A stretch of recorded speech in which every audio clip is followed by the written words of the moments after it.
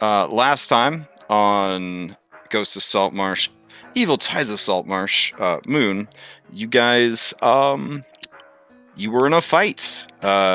You fought some fiendish dogs. You whooped their butts. You had a very tense hour and a half of safe cracking, which honestly is pretty good for cracking a, semi-magical safe. You got inside. You found mad loots. You found a magic mirror.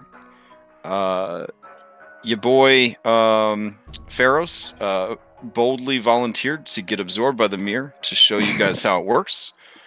And then you shattered the mirror, releasing all of the captives, including a very big and very angry Bahir.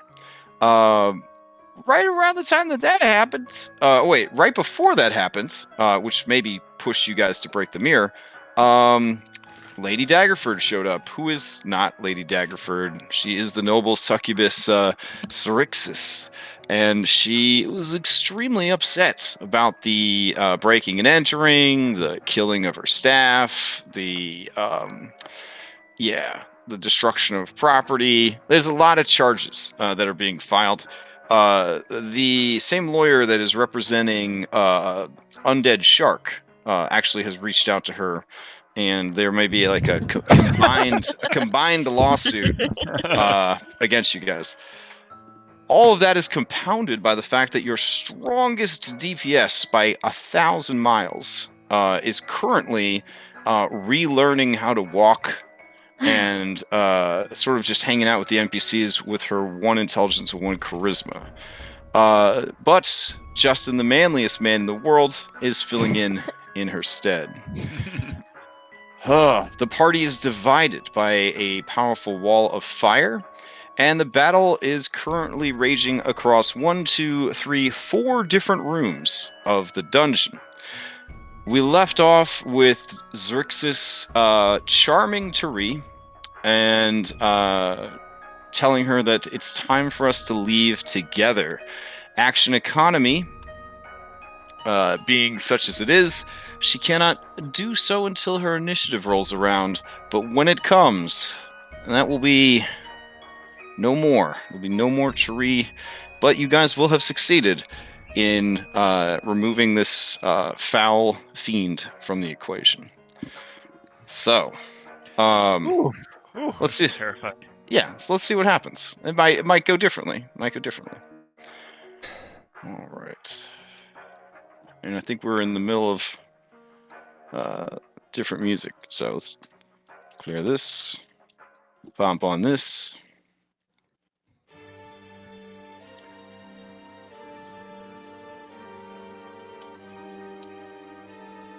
All right. So, bring up the turn tracker. Tari just got done with her turn. And that brings us to Justin. Justin, you are pinned under these other mirror prisoners. Many people have you pinned. Your instructions from the insectile succubi who got into your head was to kill Lady Daggerford. Kill them all, but kill Lady Daggerford first. You could just start lashing out at these jabrones around you. I mean, it's up to you. It's up to you. However you feel Justin, the manliest man, thug for hire, would handle this situation. He will continue trying to shoot his crossbow at Lady Daggerford. All right, fair enough. Is it a disadvantage or It is anything? disadvantage. Yeah, they've Okay. got you down on the ground. Okay. Oof. All right. A 5. It just skitters across the floor. The bolt. Daggerford looks down at it and looks over at you, and on her face is a look of sadness that this is happening to you. In no way is she upset or judgmental. Just saddened by everything that's happening. All right. Our boy Zolgramath is gonna go. He a big boy. He doesn't have a swim speed.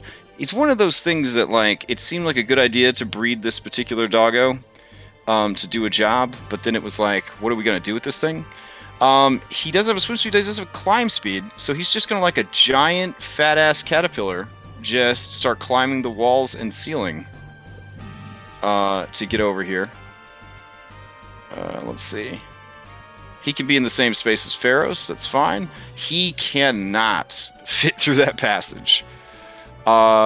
He is angry. He is mad. He wants to breathe his breath weapon. I'm gonna say no. His rage is pretty intense. He says, let's see, 1, 2, 3, 4, 5. In Draconic, hopefully you speak it. He says some stuff. Do you speak it, Nikolai? No. Okay. I will whisper to Pharos what he said. It's fine. You guys will probably shout out. Well, I don't know if you want to shout out, because I don't know if you want the bad guy to know. Alright, so Pharos, you're right there. You speak Draconic. Mm-hmm. Yeah, I see him coming, I'm like, and I look at Pharos, and I'm like, if you can keep this thing from breathing on me, that would be helpful, but I understand if you cannot. Right. Okay. I give the giant lizard a nod.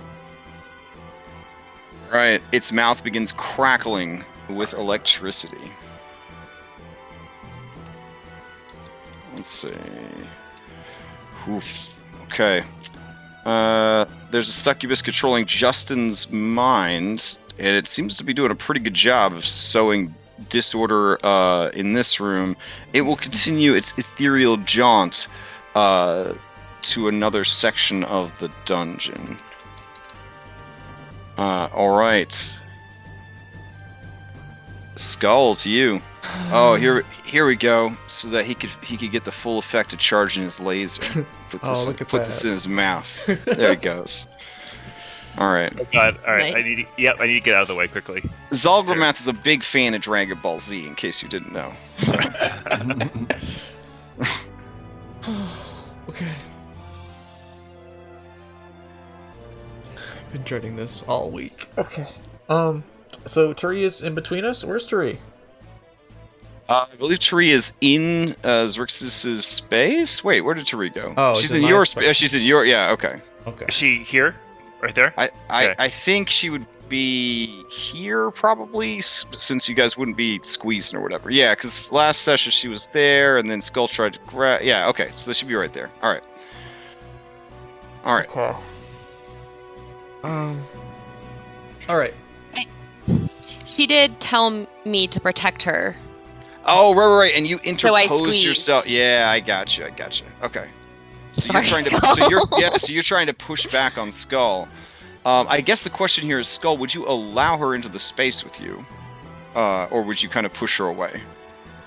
Because if she's doing that, she's not necessarily your ally. So, do you allow her into the space? Because you can only move into a space that would cause squeezing like that if you, if your ally allows you. I'm saying, so do you allow her to? Okay. Else, she's just sort of standing off to the side, like, no, don't hurt her, and you're kind of pushing her away. Yeah, I would push her away. I think that'd be better. Okay, so probably here would be a good spot for her, well within reach of Xrixyss in case she wants to grab her, and I don't know, go to hell with her or something. Okay. All right. Alright, so I'm holding my greatsword in one hand. I'm going to draw my scimitar. I'm going to slash out at her.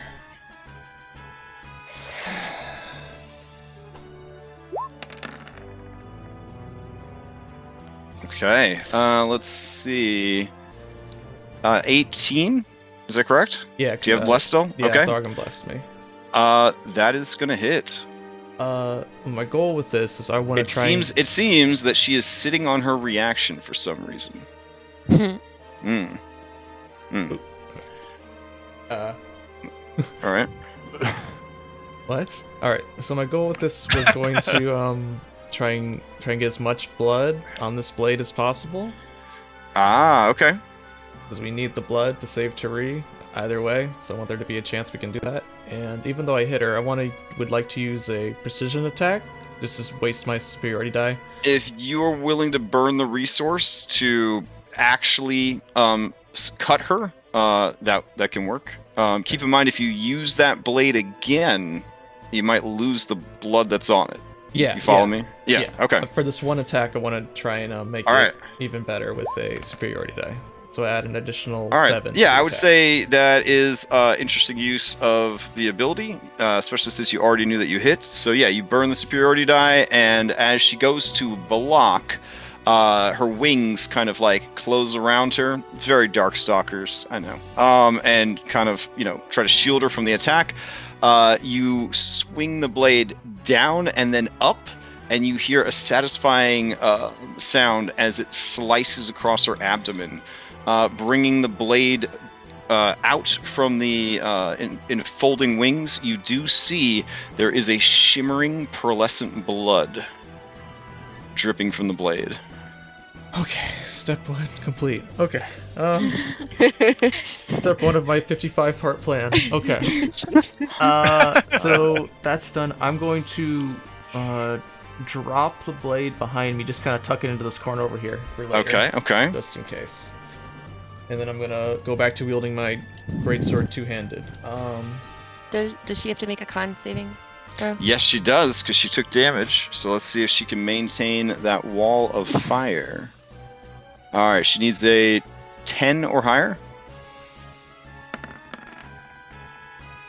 She maintains. Okay. All right. Boo. Boo, bitch, boo. Alright.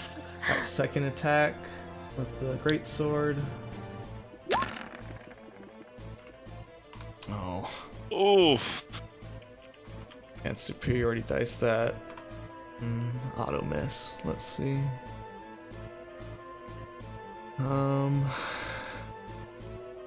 Okay. I'm going to action surge. Bring And- the heat. What? I said bring the heat. Yeah. Try. Alright, so it's action surge. Let's do one more just regular attack. Get Oh, it. yeah. There we go. That's gonna hit. All right. I would like to make this a menacing attack, which will make another DC 16 Wisdom. All right. Here we go.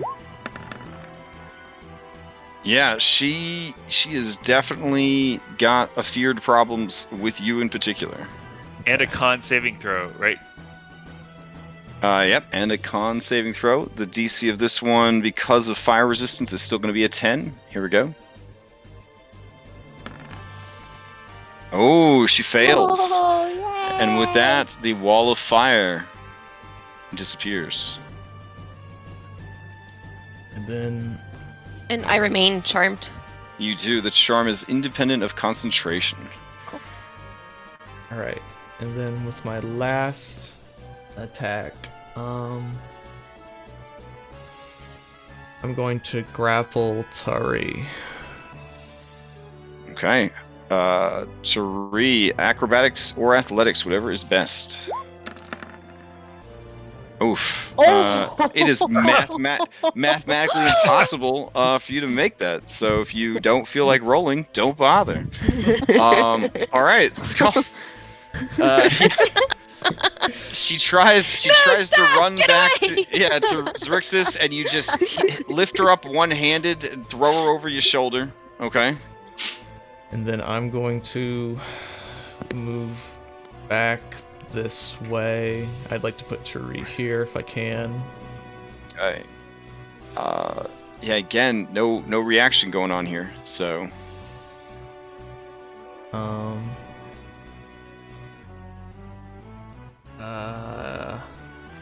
bonus action, what do I got? I can breathe acid on her, maybe? Oh yeah, do that. You're already afraid of me. Okay. I'm not gonna get to do anything else, I don't think. Yeah, I'm gonna breathe my breath weapon as well. So a dex save. It's only 13. okay. Let's see, DC 13 dex save. Here we go. She fails that as well. Nice. She takes full damage from acid. Alright, and I'm going to step away, taking the opportunity attack this way.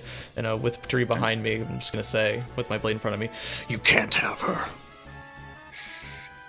Oh, that's so good because she's scared of you. Good job. Yeah, Skull. as you say that, she does not use a reaction, but you see her face contort into something absolutely hideous, as like skin kind of peels away and just a hungry, gaping mouth is all that's left, just hissing at you. I'd like Tree to be here, but that's it. Okay. My heart's just going a million miles. I'm done. All right. As your turn finishes, That was an awesome turn, Skull. you hear something huge say in a low, deep voice in Draconic, the Draconic word for the number 3. Okay. That brings us to the NPC squad down here. There are so many of them that I think at this point they would probably be able to collectively bludgeon Justin the Thug into unconsciousness. So I think your reign of terror may be at its end there, Justin. Alright, fair enough. Just in time, they see that there is no longer a wall of fire, but there is a big-ass dragon and a bunch of unknown dangers. The people just sort of spend their turn, making sure that you are not going to get up and cause any more problems. As they finish up their business, big, deep voice in Draconic says, the number 2. Oh boy. All right. Somebody tell him. Nikolai. Alright, Guy behind you, guy behind you with the crackling sphere of electricity on his mouth keeps saying numbers. You're not, or single syllable words. You're not sure what's going on there. No, it's not good. He's gonna move up. Can he sneak around on either side of this lady? She can is. I go? She's technically able. I mean, I don't know if you'd be able to move through her space. You could try to shove her out of the way if you wanted to. You are invisible, though, right? I am. Is she flying at all? Like she's floating like. Can you drop tone and like crawl underneath her?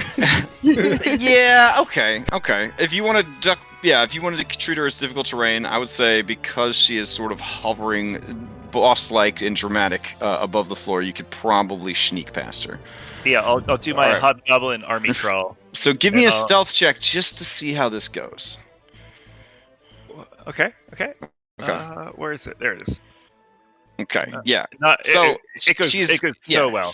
She is keenly aware of your presence as you try to army crawl underneath her feet. I think she would kind of fan her wings to interpose herself against who's coming in case you're trying to attack her. But again, invisible, so she doesn't know for sure. I'm gonna say she's got the space blocked. I don't want to be here in another turn. That's for sure. Mm-hmm. Jeez, and that thing's big. I think you could still do that thing we talked about and maybe run back past him. That's what I was Enough thinking movement, about. I don't know. Yeah. I mean, if you're trying to cast spells, most of them only require sight, and I'm in your miniature right now. I can see into the room, so it's not like she's blocking the room itself. Yeah. From view, you know what I mean? She's just blocking you from passing. Yeah, let's see if we can wake up Turi, I think. All right. Nikolai have good thoughts based on long study and occasional Discord chats. And he'll throw some Molotov cocktails Turi's way, I guess. Okay. Turi, you were being attacked by your former allies. That is 2 damage, 4 damage, and 2 damage. Unless you have a shield spell handy, you're going to take them. You're going to need to make 3. I don't have shield. All right, go ahead and start making some wisdom saving throws for me. Ugh. Okay, you're still in love. Everything's going to be fine. But as the second one strikes you for 4 points of damage and shatters against your face, you realize, this is bad. You're in a bad situation. And then, even though you're back to your senses, you get hit by another one just for good measure. But you are no longer charmed by her. Could Okay. I crash drop to Yeah. the ground, basically like lay as flat as possible for the whatever is going to be coming next? Yeah, that might work. Since you know it's coming. Yeah, okay. I'm just gonna like drop down. Okay. All right, you drop prone. Got it.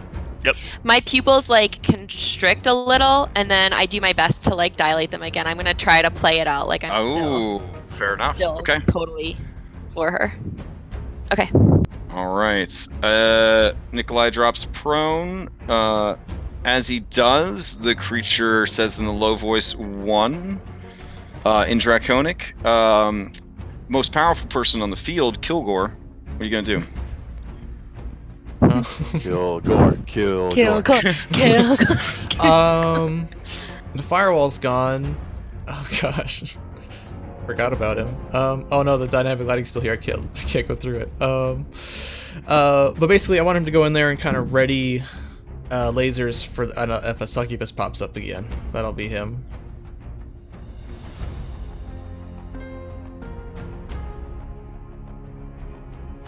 Or I don't know if that's. Hello? I'm there. Yeah. Oh, okay. Can you hear me? Cool. Yeah. Yeah, so he'll just try and ready his action for some lasers if more enemies show up. So I don't think he can reach Daggerford. And that'll be his turn. All right. Yeah, it cuts loose with a very, almost embarrassingly short range breath weapon. It is what it is. It fires a line of lightning 20 feet long, but only 5 feet wide. Since you knew it was coming and you duck down, and the creature is trying not to hit you, it travels above your body. You realize standing, not dropping prone would have resulted in being struck, because he wasn't waiting any longer, because this got such a short range. She is in range and is hit by it.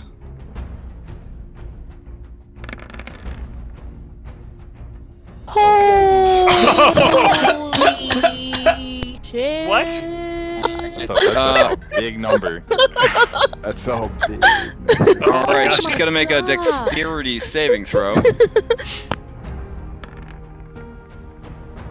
That is 1 shy. That is a lot of damage. You gonna Let's save that see. reaction now? Humble boost or what? Let's see. She doesn't have anything that'll get her out of that. I guess if she's still rocking her reaction, and she's gonna get it back anyways, she will hellish rebuke the Behir.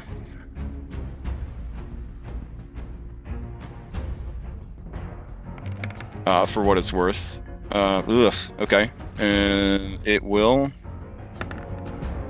make the save. Wow. Okay. So in the end, it takes 6 points of fire damage. She, however, takes quite a bit of lightning damage, and is bloodied. Stabby, stabby, stabby time. Skull, can you hold her while I stab her? All right. She can't see you. You already have advantage. But 6-second combat rounds.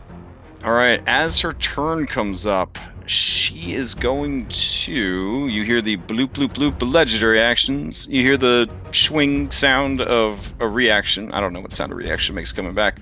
And yeah, she looks at Skull, afraid. She looks at the Behir, afraid. She looks at Nikolai. She looks at Tari longingly. And then she steps into the ethereal plane.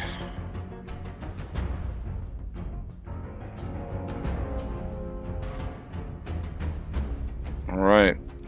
Down here in the south, because I went out of order because I confused that they're the same people. The real Lady Daggerford is going to start running towards the people and just making sure the people are okay. She's going to turn to you, Thogrum, and say, what else can we do? What else can we do to help you? Well, if you can't fight, then just stay out of the way.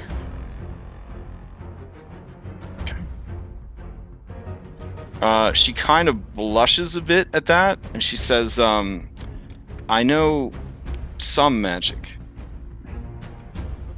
Well, we could use all the help we can get, lady. I'll be right here just in case one of those succubuses come out again.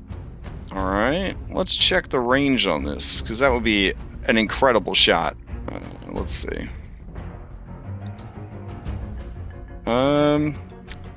Oh yeah, but she just dipped. Ugh. Okay. You see her hands. Lady Daggerford's turn before the second. Yeah. Oh, you're right. So she would have been able to do this before she dips. All right. Her hands start to crackle with force. It is a similar whitish, blackish light to what Pharos' magic looks like. And she fires off 2 Eldritch Blasts.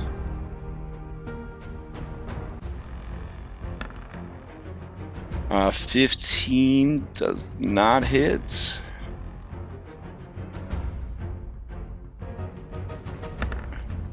Oh, all right. There's just too much between her and the targets. They sort of detonate to either side of the Bahir. Plus, being trapped in a mirror for a long time probably didn't help. All right. She steps to Ethereal. Spencer, to you. Oh, Spencer's gonna sniff at Justin and just put slobber like all over his face. That way he wakes up real nice. All right. And then Justin can roll. Actually, Justin should probably roll like 2 wisdom saves at this point from the beatdown from the crowd to see if that kind of roused him from his. okay. Mhm. My God. Oh, there we go. Okay. Nice. Right as they got you in the sleeper hold, like the full Nelson sleeper hold, and they're choking out the last of your hit points, you come back to your senses. Free. Wait! And knocked out. Okay, fair enough. So yeah, he said wait, but who knows at this point if that's a ruse. But Spencer, you do give him licks. He is now coated in Spencer saliva. Which is like gamer bathwater, but way better. So Gross. pretty much the same viscosity, though. So Alright, Spencer will... it's still showing like the firewall is still up. oh, sorry about that. Let's see. There you go. Alright, 20, 30, 40, and...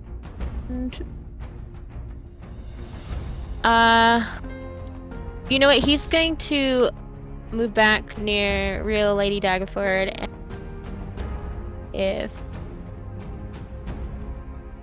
anything comes up to try to attack her, then try.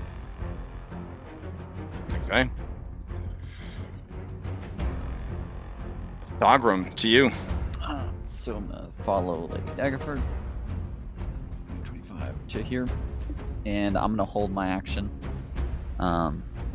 To, I guess, just cast Sacred Flame if the succubus or Lady Daggerford pops up.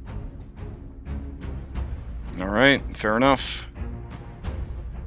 Theros, what are we gonna do? At the here, I'm like, thank you. Around here. And I'll You're go super to... low. Oh, Oh, there you go. There we can go. you hear Oh, me now? yeah. Excellent. Oh, sorry. Yeah, you're good. I'll pat the Bahir on the back, tell him like, good job, we'll get him out of here. I'll go to like support Skull, I guess, like in this square. Okay. Or rather, yeah, this square I think will be better, so I can still see out. And it's like and I'll hold my action to attack, I guess. Okay. And I guess that's it, since there's no one to fight right now. Tree, you're up. I will start belting out a power ballad on the merits of love and give everyone within 30 feet of me advantage against being frightened or charmed. And Ooh, nice. I will give Nikolai, as a bonus action, I will give Nikolai a bardic inspiration die. Where is Turi located? I can't see. Far, far, far north of Oh, you. okay. Yeah. Yeah, she's like 3 rooms up. Okay, Justin is out cold. Bahir can't really do anything. We'll try to get it back its breath weapon. It does not. Too bad. Alright. Let's see.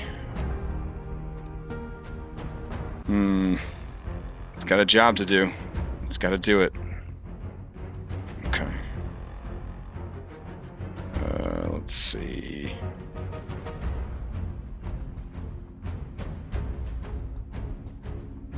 All right, appearing from the ethereal plane, you see one of the, let's just say, smaller succubus light, I guess, appears. Die, succubus. All right. You gonna use your held action? Where is she? I can't see her. She she's is all the way north. Here, I'm gonna put like a little thought room up there so you can see. So, let's see. You could just put Buddy up there. I mean, Buddy and Thogrum like each other a lot, I think, right? Let's see.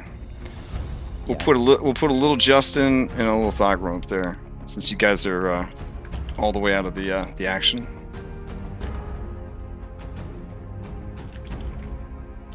Here, you guys can watch from over here. Neat. Oh, okay. All right, so she is going to appear, and then,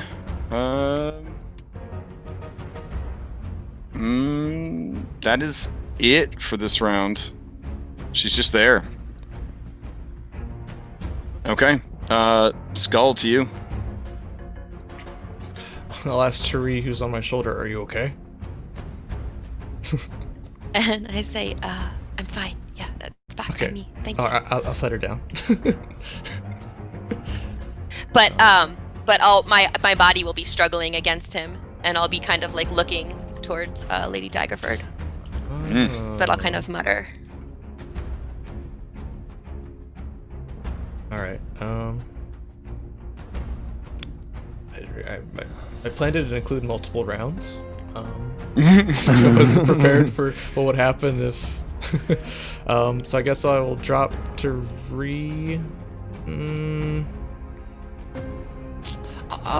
I'll throw a dagger. Why not? Is that in 20 feet? Not 25. I'll step what? Oh, this is all darkness, isn't it? Well, it's dim light. I It's think. dim light. Okay. Okay. So that'd be disadvantage then to attack through dim light? In dim light, no. It would be Oh. disadvantaged perception checks. Okay. Yeah, I will throw a dagger at her. Okay. It's not magical. It hits. She is struck by the non-magical dagger. Takes a little bit of damage. Wouldn't make it a menacing attack as well. All right. Let's see. She is afeared of you. Alright, and then I'll step back defensively in front of Turi. Watching all the angles. And that's it. Okay. Sorry, bonus action, I'm gonna second wind. That's it. Well, I still got it. Okay. NPCs. They have done a good job of subduing Justin.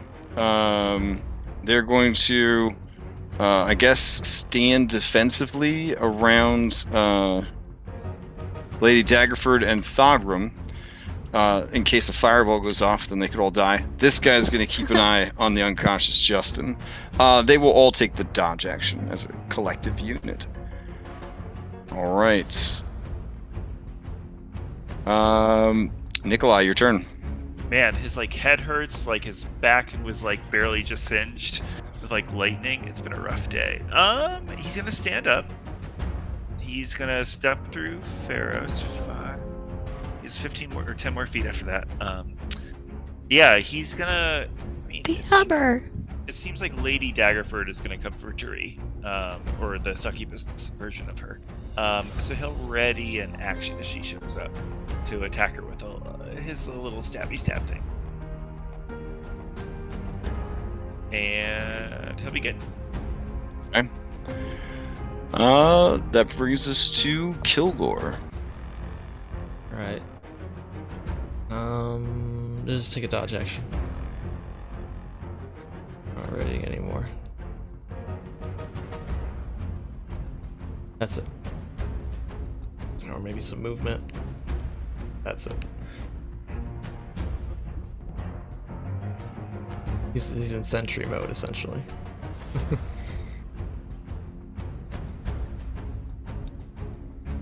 All right.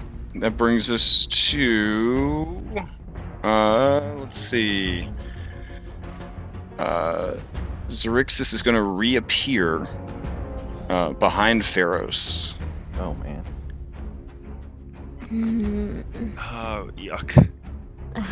Okay. Anything for Pharos? Not yet. Not yet. Okay.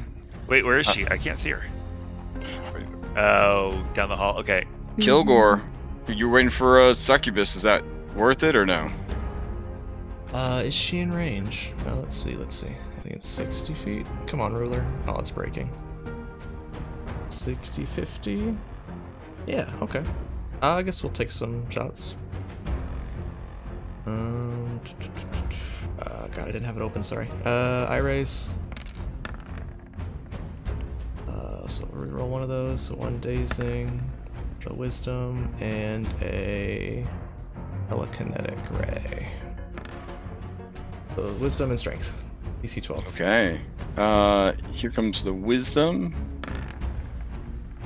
Here comes the strength. It's 0, but does have spell resistance. Okay, makes it. All good. Alright. Kilgore, as your turn ends, Pharos needs you to make a wisdom saving throw.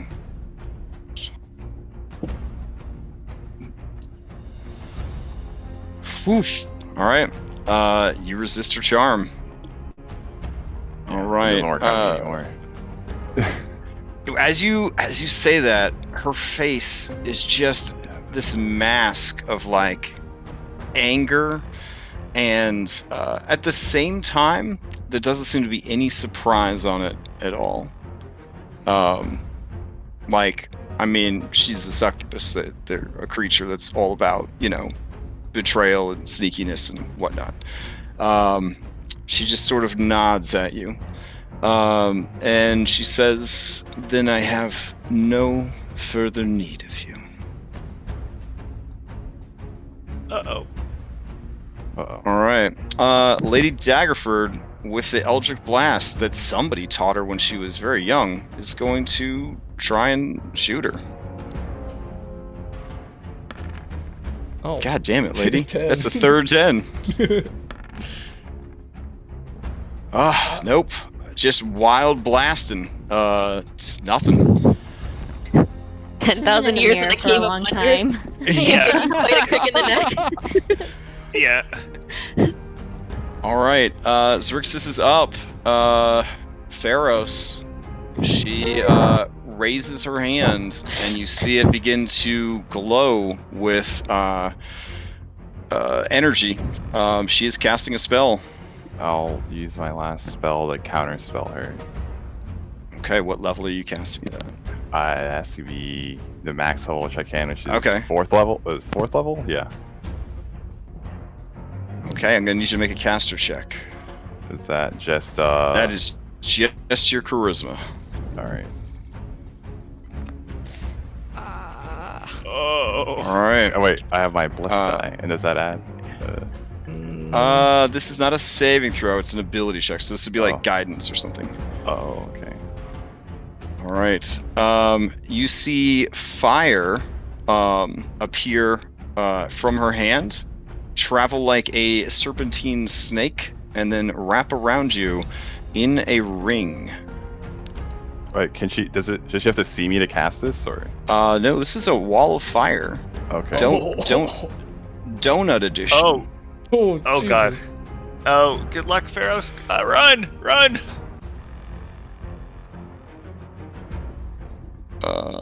So there you go. Oh my god.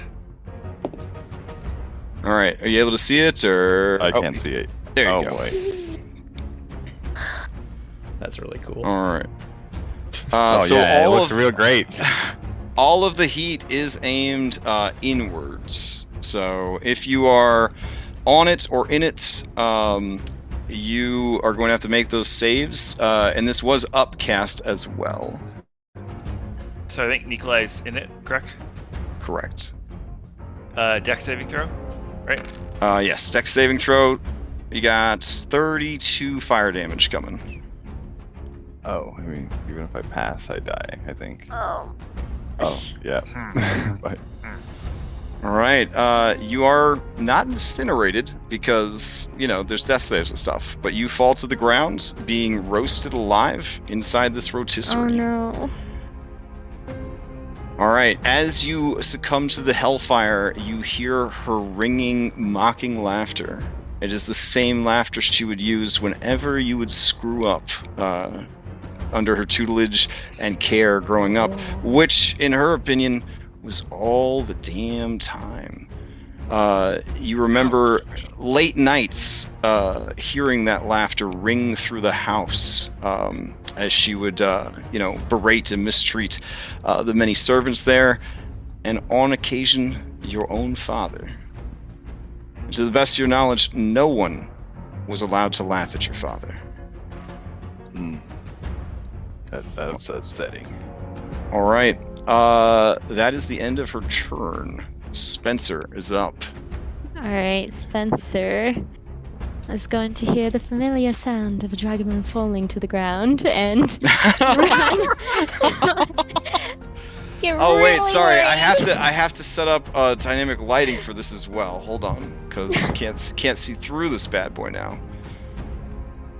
And Nikolai, you're in an interesting position because you will have to decide: do you stay outside the ring, where it's safe, or do you stay inside the ring where it's not safe to try to help your boy?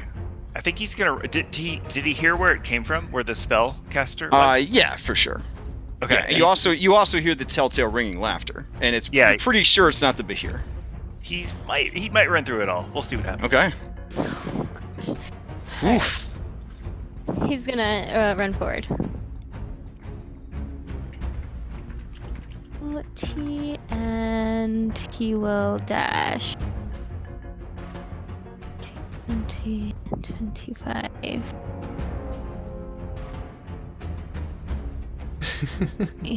35. Oh, that's right, because he's a whalehound, so he's like dolphin diving in and out of the water and everything. Oh, okay, that's awesome. And he will go here. He will go here, yeah. We'll put him there. And that'll be his turn. Okay. In a voice that is almost husky with the joy and elation of it, she calls out, "Any of mine who are here, feast upon Pharaohs. Shit. He is done." And she steps back into the ethereal. All right. Thogrum, to you. Yeah, okay. Hearing the familiar sound of a dragonborn hitting the ground. Thogrum will do that. It's new canon. This came out to have a good time. I'm feeling so attacked right now. So attacked right now. This is the fruits of having your character tied into the narrative. Like this is what you were after. This is your I thought. story. Yeah, no, it is. No, it is. Yeah. I enjoy it. Okay.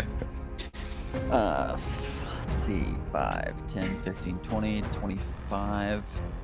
And I'm going to hold my action again in case I see anything. All right.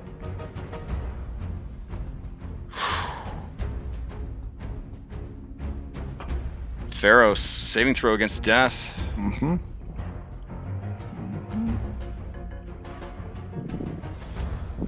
Okay, one Yay! success. Okay. As that comes to a close, you do take damage again, full damage from the wall of fire, as your body begins to ignite. But only 25, so not enough to instantly kill you or anything crazy like that. But you do take a failed death, so you have one failed death and one success. Okay. Look, you got a little KO thing, like, see? It's way cooler than an It's way cool. You would ask, right? It's way cooler than an axe. Yeah, you get rid of the X. Yeah, it's KO. Okay, there you go. And then you got one failed death. There you go. All right. That brings us to Tari.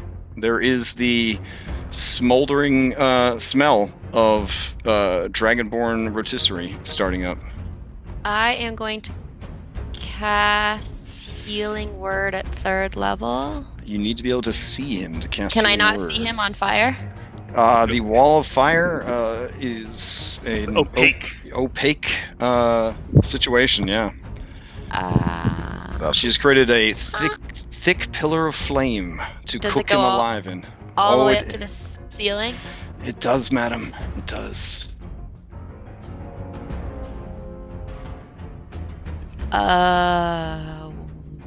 Well. You could, I don't know. Unless Nikolai wants to like throw my body out there, like. Yeah, I guess I will. Nikolai looks at you, and Can- he kind of looks like he's gonna run through it, and may not pick up Pharos on the way through. Now, Tari, you could move through the wall of fire to see him, but you will take an assload of fire damage. Do I get to make a dex? You would get to make a dex save to have it, yeah. But it would be 6d8 points of fire damage. That's a lot. That's a lot. Do you dispel magic or no? I don't have any dispel magic. Okay, no worries. And yeah, once I'm in the ring of fire, all the heat is directed inward. Correct, yep. This is the ultimate spellcaster, like, damage over time FU, is the Ring of Fire, Wall of Fire. Crash, I also just realized I forgot to make a con saving throw for concentration for the... Oh, sure. All right, I Yeah. appreciate you remembering. All right. But Okay. you just made it right there, right? So you're good. Yep, okay. Okay. You would only take the damage once on a turn though, right? If she ran in there and then ran out the other side. Correct. Let's see. Wall of Fire. Let's see. A creature takes the same damage when it enters the wall for the first time on a turn or ends its turn there. So it's just that first turn. I mean, it's super dangerous. How much health do you have? I guess do the math. yeah. I will. You could also heal Nikolai so he doesn't accidentally get dropped by it when he runs through. Yeah, that's Right. true.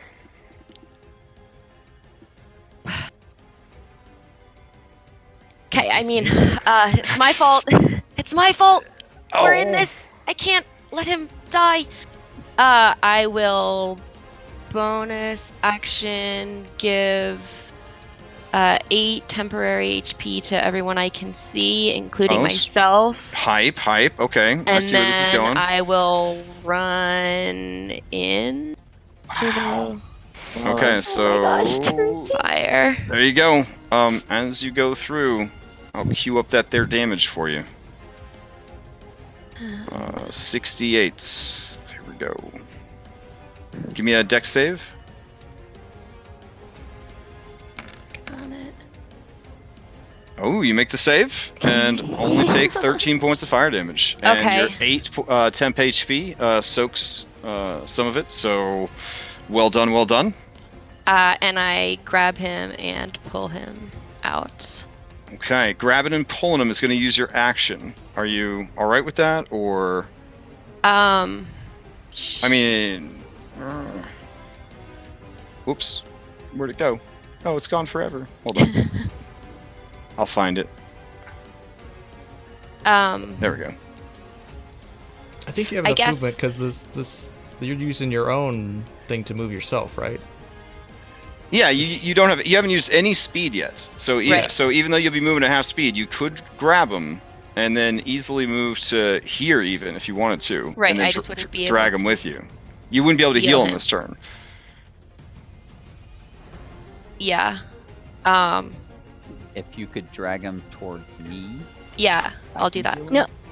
you have to But go that's the other towards the direction. succubus. Oh yeah, that's that's one. yeah. No. This is good. Okay. I think this All right. is right. No, I'm not Turi. I'm not Turi. Okay. Sorry. Tari, you want to do that, or do you want Oh, to stay? I thought this is not. I see something that says This is a dog tiny fire. thought. Sorry. Yeah, Those are cameras. yeah, it's just the two of them sitting in little tiny like leather armchairs, smoking little tiny cigars, watching you guys. It's real creepy. Yeah, I mean, I'll drag him as far away from the entrance as I can, and Okay. hope to heal him on my next turn at least. All right. He won't die. So I take 10 points, accepting my temporary HP, right? Correct. eight. Yep. So, well, you would have taken 13, Oh, sorry, it was 13. fire, so 5. 8. So you would have lost your temp HP and then taken 5. All right. So with that skull, Tari is bloodied by her efforts, but Pharos is out of the cooker. All right, Justin, you're up.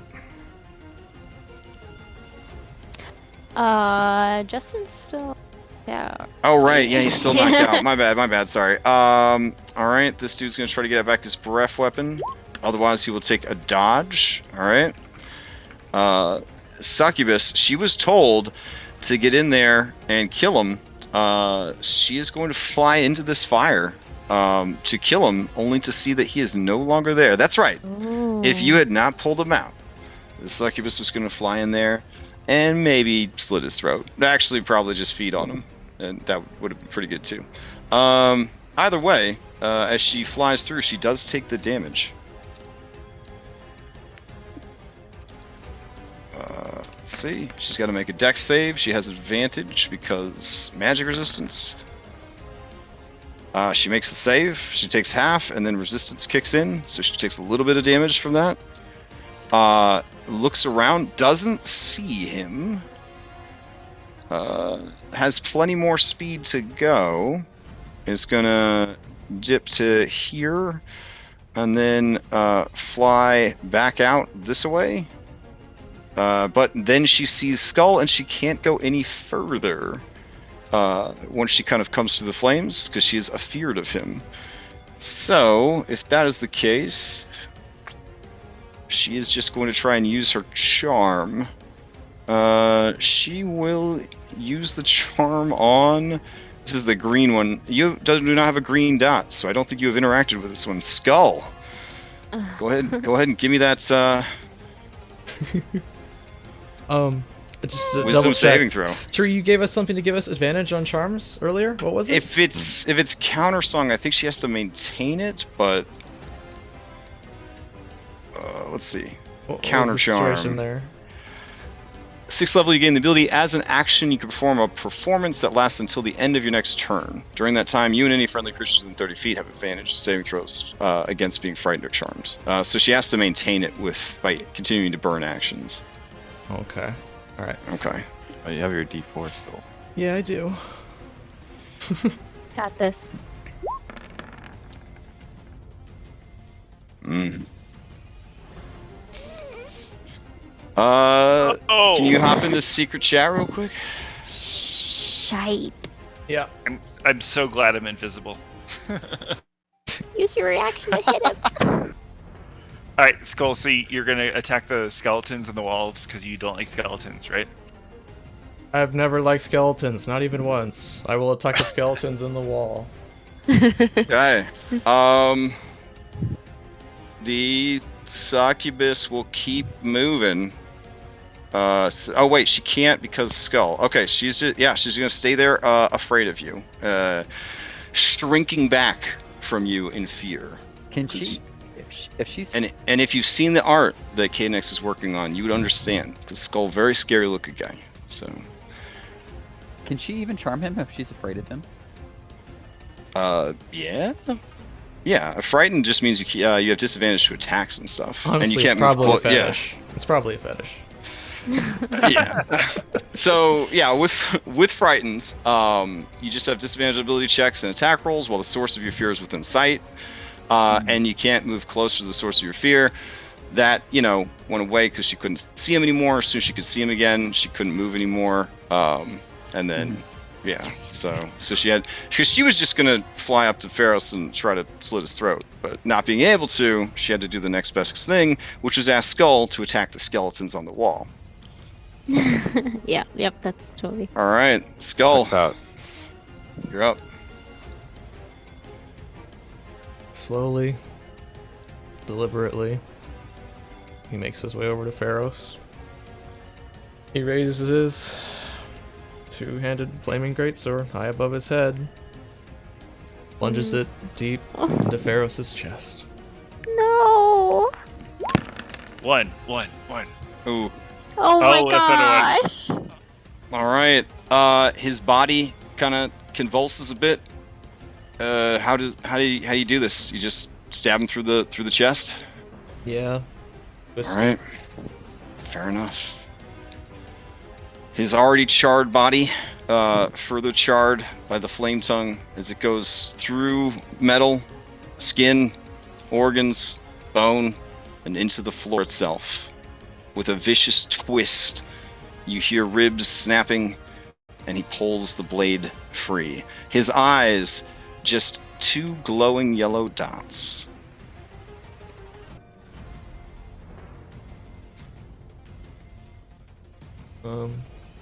I guess that would be it. That was the only... I guess I'll go hit the skeleton. Now I'm done. Oh, hold on. You're receiving a message. Okay.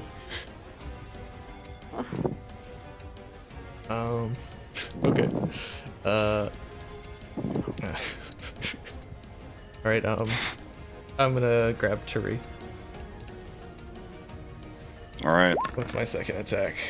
I do have to ask, the Skull So Scary ability, do they get a recurring save on that? Should I be checking on those? That's or? only until the end of my next turn, so... Oh, okay, got it. Alright. Yeah. So as your turn ends, this one will no longer be feared, and Xrixyss wouldn't be feared anymore. Gotcha, okay. Yeah. Alright. Fair. Oof. Okay, anything else from Skull? Oh, Skull is going to try to grab Yeah. Tari. Tari, give me acrobatics or athletics, whatever's better for you. Oh, that was a So it's really funny, good I was like- acrobatics. Yeah, as you almost escape, he just kind of grabs a hold of your ankle as you kind of like try to dash away, and with his ferocious athletics, he just kind of caveman starts dragging you away by the ankle. Yep. Oh, that's a spark, so I had to go. Hold on. All right. Do this math. And then half speed, so really only one square. So this way once. All right. So I'm here. NPCs, Yeah. they see Thograms moving forward. They call out, Master Dwarf, should we stay with you? Stay back here, guard the lady. Okay. Fair enough. Nikolai, Pharos is down as he dies. The roiling shadows around him, I believe. Is it concentration based? Yeah. Concentration. Okay. Die out, and you see a big old burnt cavity in his chest where he's been run through. In your professional opinion, as a soldier and a wizard, he is quite dead. Can I actually see him though, or not? Because of the like fire thing. Well, you are right on it, so you are like, Oh, yeah. So okay. you're able to see out and a little bit in because you are literally being burnt alive as you kind of stand in the wall. Hmm. Yeah, it was really bad placement for you, or good. It's up to you. So, would Nikolai know what would happen to him if he ran through the wall over to the south? Like, does I he mean, think he's gonna get like incinerated by it again, or? I mean, if you on this turn, because you're probably gonna get burned unless you opt to stay on this side of the wall. Like I'd say, because you're on the line at the beginning of your turn, you could be like, nope, and you just say, I'm not going through the fire. If you commit to going through the fire, then you'd have to do the save and everything else. I think he's gonna run through it. Okay. All right. You do see Skull dragging Tari away. Yeah, come Yeah. help this situation. I think with it, I was thinking about it, but he has other things to do. Okay. All right. He's gonna run forward. Okay. You run forward. You are in an alcove. You do not see anything here. You gonna stay Alright. there, or? Can I keep moving forward? Yeah. Well, again, you're in That's an it. alcove that doesn't go any further. This is Oh. this is one shy of the one you were after. Oh, sorry. Where's the door? I mean, it's over this way. Come help this situation. Shh, you a bad guy. Nobody wants to talk to you. Yeah. You are smart enough as a wizrobe and a former Yep. soldier to remember that it is roughly this way. Sorry. Yeah. Yeah, no worries. Okay, so I'll move you into the ring. All right, as you go into the ring, you do take some damage. Go ahead and give me a dexterity save. Oh, gee. All right, you make the save, so you take half the damage. That's So better. 12 points of fire damage, and you Yep. do have 8 temp HP. All right. So that was 10, 15.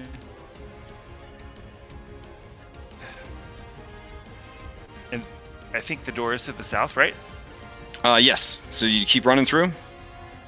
Yeah. All right, so 1, 2, 3, 4. You've only used 4 of your 5 movements, or 20 of your 30 movement. And he doesn't see this woman yet. No, you just see the big boy here. Yeah, I may have messed up a little bit. I'm sorry, guys. Yeah, I'll pop back up on like 1 square to the north. Okay, so back into the ring. Turn there, you're take damage. Well, no, you already took the damage, so Yeah, it's only Well, in if it's the not doing interior, anything right? else, you should probably get out of it. I'm just saying, you could dash to get all the way out if of you it. want, hold on, let everybody do their turn. So Nikolai, you dash through. You did take the damage initially. You're in the process of burning. You dash through the southern part of the ring, popping out into the hallway. You do not see her. You just see the Bahir looking frustrated. What do you want to do now? If you kind of point where you want to go, I can get you there. But movement-wise, you've got 5 more feet of movement if you move back into the ring. Yeah, not in the fire for sure. Okay. I think. I mean, Thogrim and everyone else directly to the south. Right. Yeah. I'm gonna go like out of the fire, a little bit to the northeast. Yeah,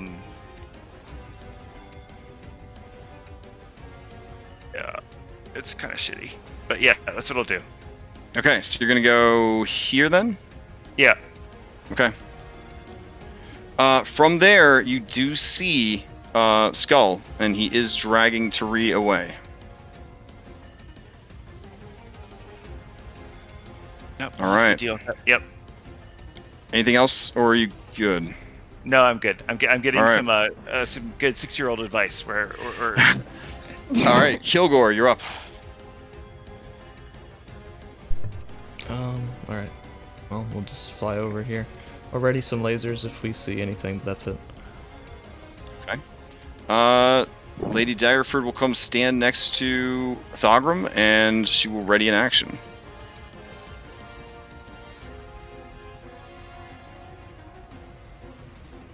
All right. You see in the hallway up ahead, stepping out of the ethereal, Xrixyss, and she has her arms open wide for you to deliver her the package, Skull. Jeez. She's persistent, that's for damn sure. It's easy to be persistent when you know that if you die, you just get to go home. Your mom just pick you up in the minivan, take you home, make you some cookies. So, all right. She is going to, with her action, she's maintaining concentration. I guess the Hexblade curse would be gone, because Hexblade is gone. She's still bloodied. Let me update all the stuff that's happening here. Yeah, so she appears, and she's beckoning for you to come to her. Doesn't see Nikolai from where she's at. Sees that she's got backup, sees that Pharos is dead, which is nice. Yeah. I think...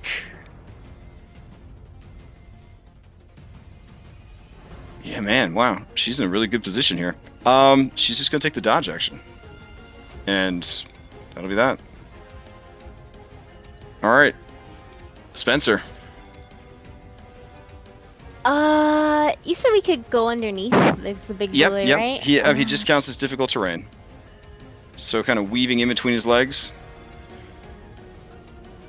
Oh, 10, 20, I guess. Okay.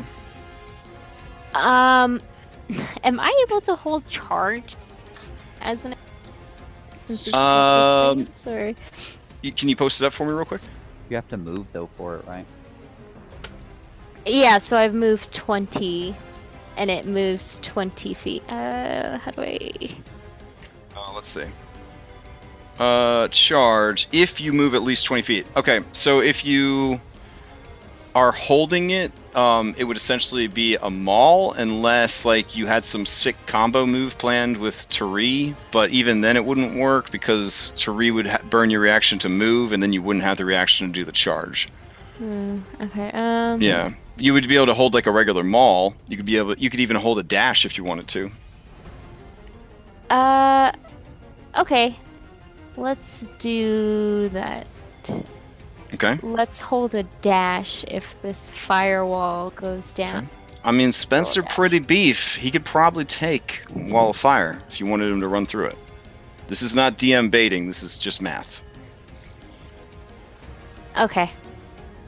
Yeah, okay, sure. Okay. Yeah, let's do that. All right. Let's see that dexterity saving throw. I'll handle the movement for you. You can do this, Spencer. That does not make it. Let's see the damage. All right, 23 points of Okay, damage. okay. Spencer is bloodied, burnt, still alive. You burst through with a mighty and triumphant honk, and your heart breaks as your boat buddy lays dead on the ground. One of these hideous insectile women is nearby, smelling unnatural and looking gross. Your friend Tari is, I'm assuming at this point, probably screaming and being dragged away by Skull, or are you still feigning that you are charmed and everything's cool? Tari. I am like, yes, still feigning that everything's cool, but crying for Pharos. I think. Okay, so just hysterical. You've gone into hysterics. Okay, so Spencer, she is hysterical. Skull, almost like hunched over caveman style, has a bloodied two-handed sword in one hand, burning with fire, and he is dragging Tari behind him with the other. And you see the extremely bad lady over to in the other room. Can Spencer grab a hold of Tari? Oh, you certainly can. You have to defeat the overstretched grappler Skull in an athletics check, but you can certainly try. Yeah, because I mean, he can't. I mean, he only has dash. I mean, how much movement did you have on him? 40? He has 40 movement, 1, 2, 3, and that was 40. 10. Yeah, okay. Gotcha. Yeah, you could try to grab her if you want. You try to attack the succubus, right? Yeah, you could attack the succubus that's right here. Maybe. Okay, yeah, I totally forgot about her. Honestly, I really Okay. did. Yeah, I'll attack that bitch. Okay.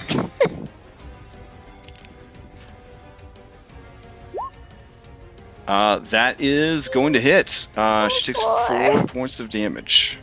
Nice. And she kind of cocks her head in an almost animal-like gesture as she looks down at you, curious, but mostly disgusted by your presence. Isn't that not a charge though? Because you moved 40 feet before. Yeah, I mean we could say that because things are maybe looking a little dicey. I mean, we're come on. Yeah, it's cool. So Through the fire. what we meant to say was he came barely through the fire and didn't see the succubus and actually charged right through her. That's what happened. Yeah. Duh. Okay. I mean, Crash, like this is like totally and like we have planned this out so carefully. All right. So, A flaming whalehound comes triumphantly honking through a wall of fire. You hear the sound of bowling pins. Someone yells out "Strike!" as she is knocked ass over tea kettle and falls prone to the ground. You come to a careening stop next to your friend and try to make sense of the situation. That's a lot for a little whalehound. All right, Thogrum, you're up. Does her charm not require a save or not? It does not require concentration. Once it is, yeah. All right, I'm just gonna 5, 10, 15, 20. If there's ever a campaign that say takes place in hell, right, where like your primary enemies are going to be outsiders, you may not want to play in it. So I'm sorry to cast shade at Avernus, but yeah, like. I'm gonna dash and then that's it. That's my turn. Okay. Pharos is down. Tari. I will. Like, but he's not. He's. I mean. Pharos is officially dead. So Revivify could work because it hasn't been a minute since he died. If you had access to that. Beyond that, no healing will resuscitate him. Okay. It's my turn.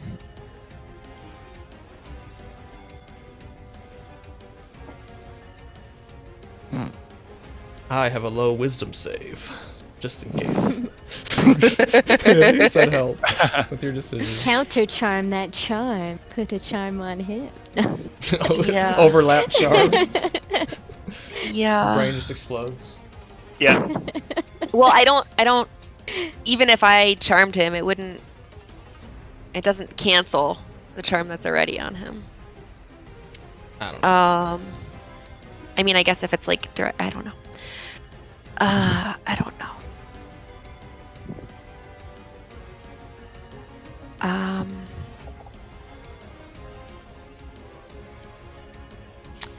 I am, well, gonna grab Pharos, and I am going to dimension door back to the bottom, like, left corner of the pool. All right, you grab the object that is Pharos' body, and you get a general estimate of back towards the pool. Okay. Yeah. All right. You can do that because teleport gets you out of a grapple automatically. So you disappear. Or Thogrum. And then Back and forth. Bam! You appear with Pharos, the object. I am going to drag him see. 5, 10, 15. All right. You look over and you do see Thagrum. Oh. Sorry, Yeah, I he's saw huffing. there. He's huffing and puffing. Like when Dan Aykroyd had all the Ghostbuster gear on and he had to climb all them stairs. Like he's looking that. Yeah, it's kind of like that with all that armor, and the huffing and the puffing. So, can I walk along this edge, or would I be in? Yeah, you could walk along the edge of the pool. Sure. Okay, so I'll just bring him to here. Okay. So like right about here. You put me down right here. Oh, let me. Yeah, so you would have been right there. So I would drag him directly as far towards Thagrum as I could get him, which is Okay, 15, so let's I see. think, 1, 2, 3. encumbered. Yeah, so you could I probably have get him to here. 1, 2, 3, 4, 5. Yeah, Thagrum could reach you with his stumpy legs if he needed to. So, all right. Strong turn. Very strong turn. Anything with your bonus action? I don't have any more. Okay. So no. Fair enough. All right, Skull, you are being berated for your failure. And she uses a legendary action point to disappear. But that is that. Justin's thing is done. We're just going to take Justin out of initiative, I think. Zalgramath, he's going to try to recharge. He is impotently furious, but starts charging up his laser. When he sees her, he gonna wreck her. He starts crawling like a giant like draconic centipede, so that he is upside down on the fucking ceiling. Like just turning in place, waiting for her to show up so he can nuke her with this thing. All right. Succubus over here. From the ground, she blows you a kiss, Skull, and then tells you one last command. Oh, you killed Spencer. It's real bad. Spencer looks up at Skull, and Skull turns stiff and almost robotic, his eyes two glowing pinpoints of yellow light. Damn.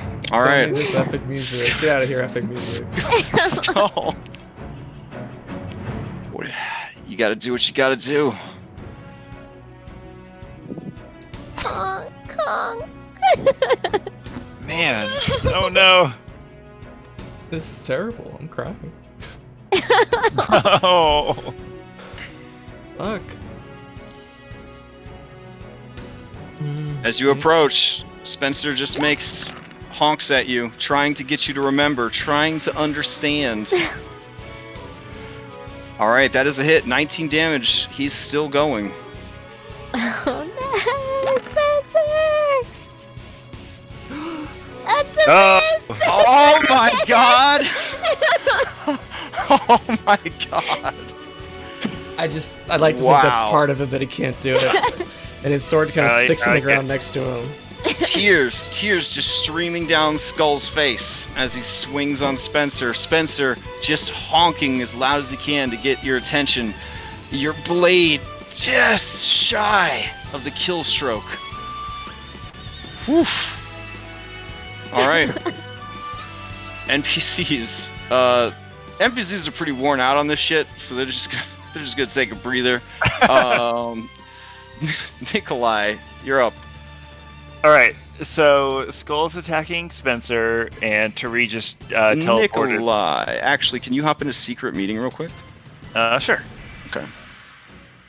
Give me 1 second.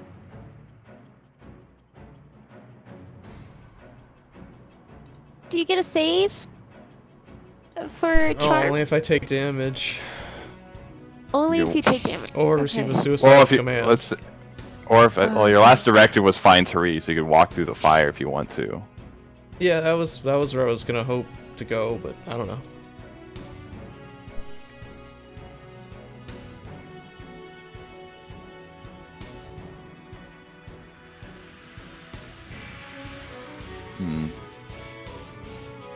D&D Beyond, here I come. No, no. Flip through my library of characters, I guess.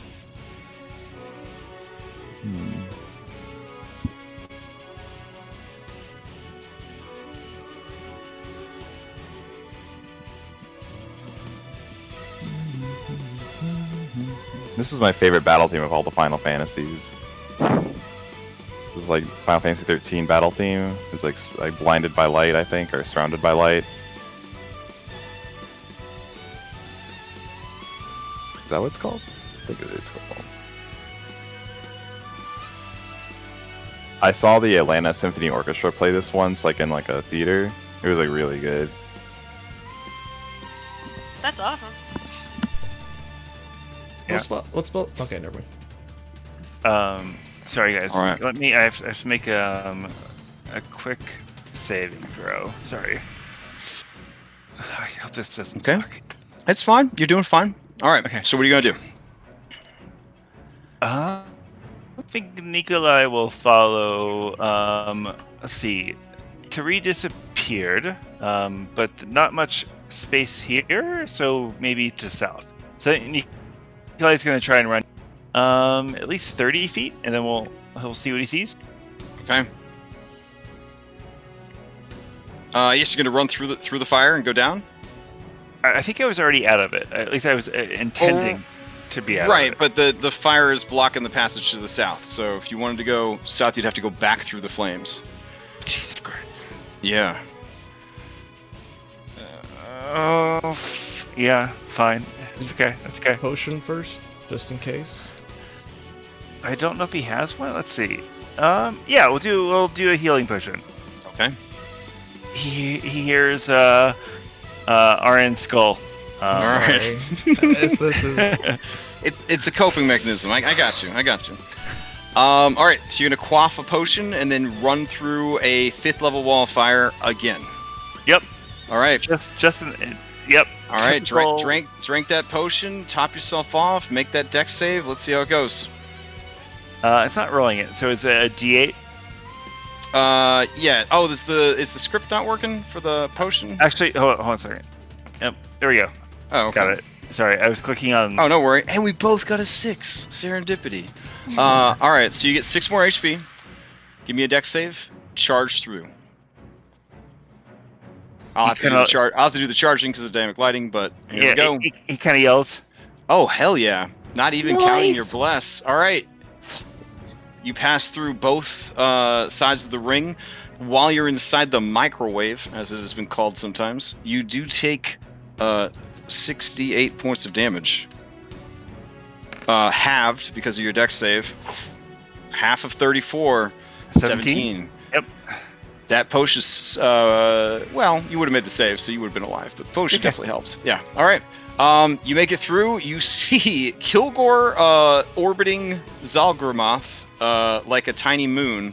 Zalgramoth is affixed to the ceiling like some crazed caterpillar and is just circling like a pug chasing its tail, looking for the succubus so that he can nuke her with his elemental mastery breath weapon. I mean, I like that. That sounds cool. Okay. I think he's done basically everything he can do, probably. Okay. Still hold on to that reaction, though. Got it. Okay. You see Tari, she is okay. You see Pharos, he is down. That brings us to Kilgore. What you gonna do, Same Kilgore? thing. He's just gonna hop on this dude's head and wait for All right. He's charging up our lasers. You haven't felt this much like a monster since that princess heist situation. So, all right. So, Lady Daggerford is going to rush up, and she's going to see Tari, and she's going to stop, stunned by Tari's beauty and handsome looks. Oh, sorry. And then she's been in a mirror for a long time. She's going to look down at Pharos to see that he's dead and shake her head sadly. She opens both her hands in that thing that spellcasters do when they're readying an action, and you see an Eldritch Blast form in each hand. She will concentrate on those and let them loose when she sees the succubus. All right. two former students of Xrixyss. Things did not turn out well for either of you. All right. Tari, Xrixyss appears behind you. As the previous turn ends, she burns her last legendary action to reappear. And then she is going to probably get attacked a bunch because everybody's readying actions. So anybody that's readying can go ahead and take those. Right.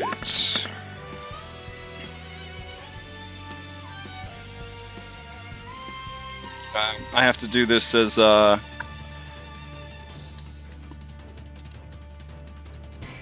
you do all the prep in the world, and you still don't get all of it prepped ahead of time. Oh, wow. Okay. Alright, so one of the Eldritch Blasts does manage to hit her.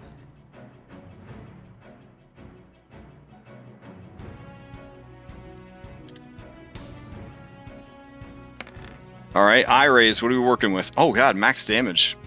Nice. We're gonna let the big guy go first if he wants to. Okay, the big guy would like to go first. Yeah, he'd like that very much. Way longer. Okay. Alright. So there he goes. Let's see.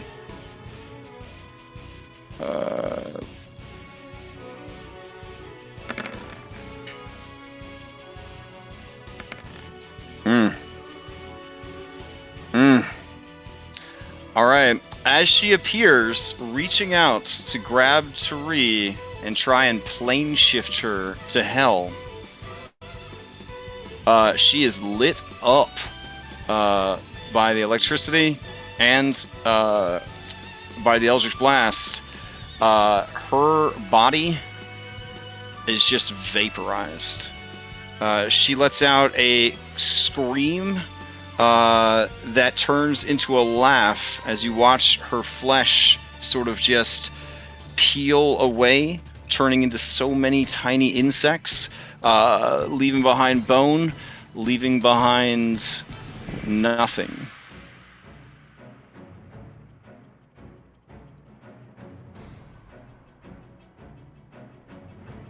Alright, so that is that. That's not good. Yeah, it was not the ideal outcome. I mean, we'll see her in like 70 years. Right, I mean, she still has to go to the penalty box for a while. So, just not as long as you guys had hoped. But hey, I mean, if you're allowed to keep the dagger, now you got a dope-ass dagger that could, like, hose some other elementals or entities. So, there's that. Spencer, still alive, but still dealing with a jacked-up skull. Run, Simba. What are you gonna do? No. But disengage first, No. Simba. Yeah. Disengage No, first. the- Wait, the Yeah, wall's okay. gone. The wall's gone. Oh, you're right. The wall is gone. Let me get that out of here. I didn't even have to roll concentration because they were nuked. That clutch-ass dimension door by Tari.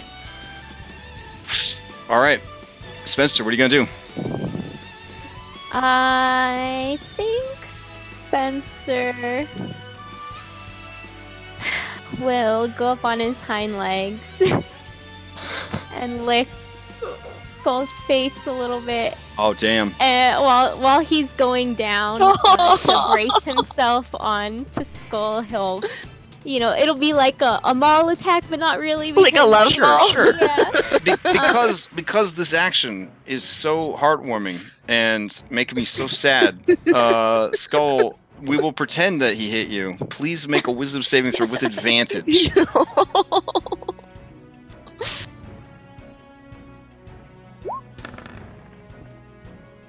All right.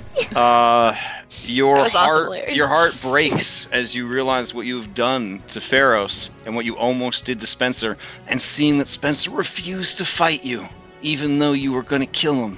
It just break your heart. And in that breaking of your heart, your mind is yours again. And the face full of slobber.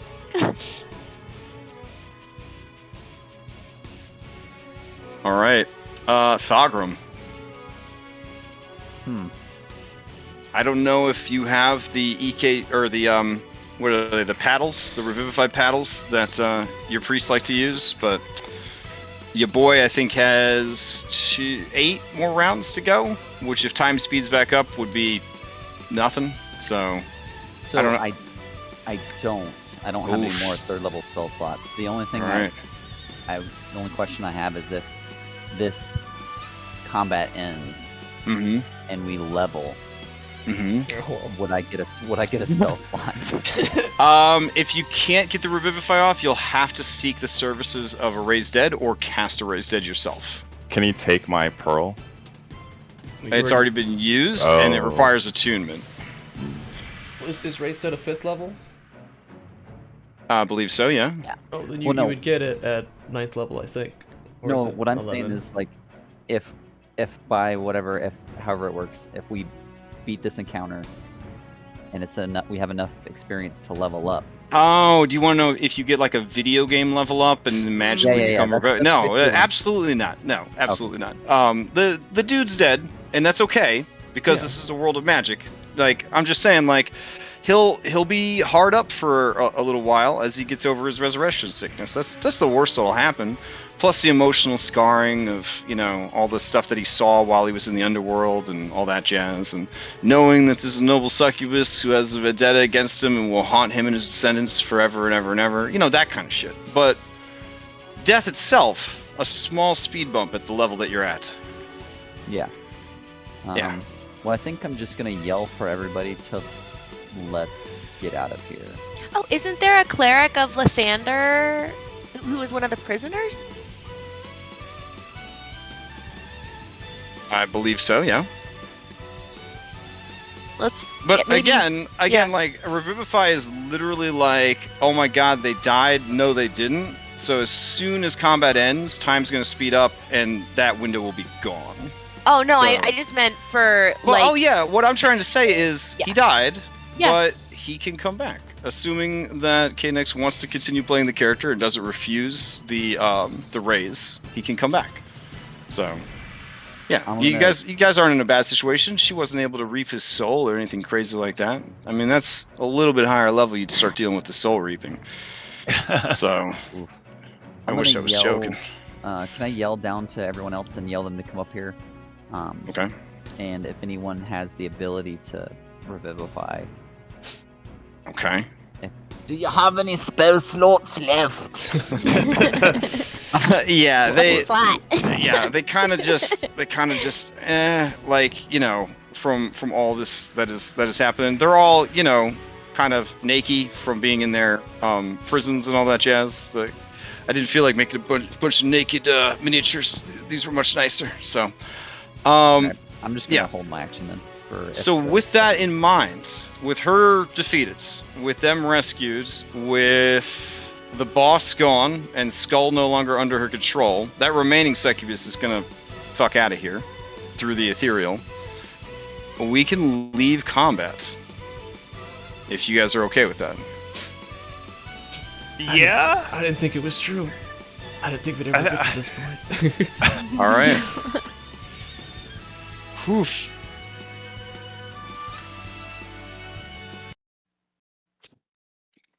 Okay, you did it.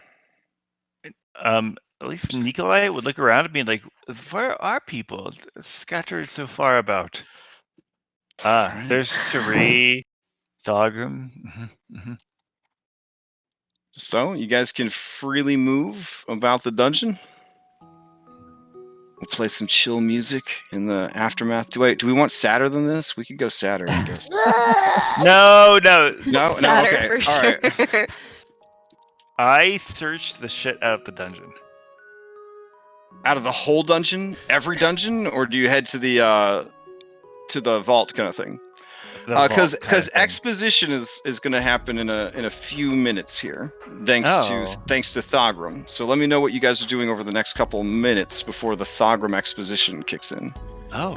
excited about that. Spencer he's squirreled away that healing potion in his mouth. He's just gonna place it on Ferris's chest and start nudging him. Oh damn! Oh man! Damn! Damn! Don't make us cry. It's like when Ash got Priority. turned to stone and Pikachu tried to electrocute him back to life. Oh god! I was already crying. I can't. Anytime I need to fake cry, I just think about that scene from the original Pokemon movie, and I just that's all it takes. That and when the Terminator gave the thumbs up before he got destroyed by the lava. Remember that? That kills me every time. Yeah. Yep. Oh yep. man, I cried so hard as a kid. So I still all cry. right. It's my cry trigger if I need to start crying. All right. The loot that is there. It's pretty nice. Take it down! Am I to but a couple things are going on here. You've got this ill-gotten loot. You've got these people that you have saved. You've got the real Lady Daggerford. Is there anything 100% you need to do before the Thagrum initiated exposition kicks in? Not for I probably me anyway. need to talk to this Bahir real quick. Oh yeah. The Bahir hangs upside down from the ceiling to talk to you. It does not want to go in the water. It, quote unquote looks gross. Water looks gross. Yeah, I'll help Kilgore become a marble again, and I'll take him back. Okay. I see Skull going to talk to the Bahir, and I know like a couple of words of Draconic. Right. He's been teaching me, so I know sometimes the things he says can come out a little sideways. So I'm just gonna help him. Sure. Okay. All right. The dragon cocks its head and looks at you. Well, he's not a dragon. Sorry. The monstrosity cocks his head and looks at you. And he says in his deep, rumbly voice, in Draconic, "Your brother is dead." He is. "You have saved my life. If you can find me a way free from here, I will serve you for a time."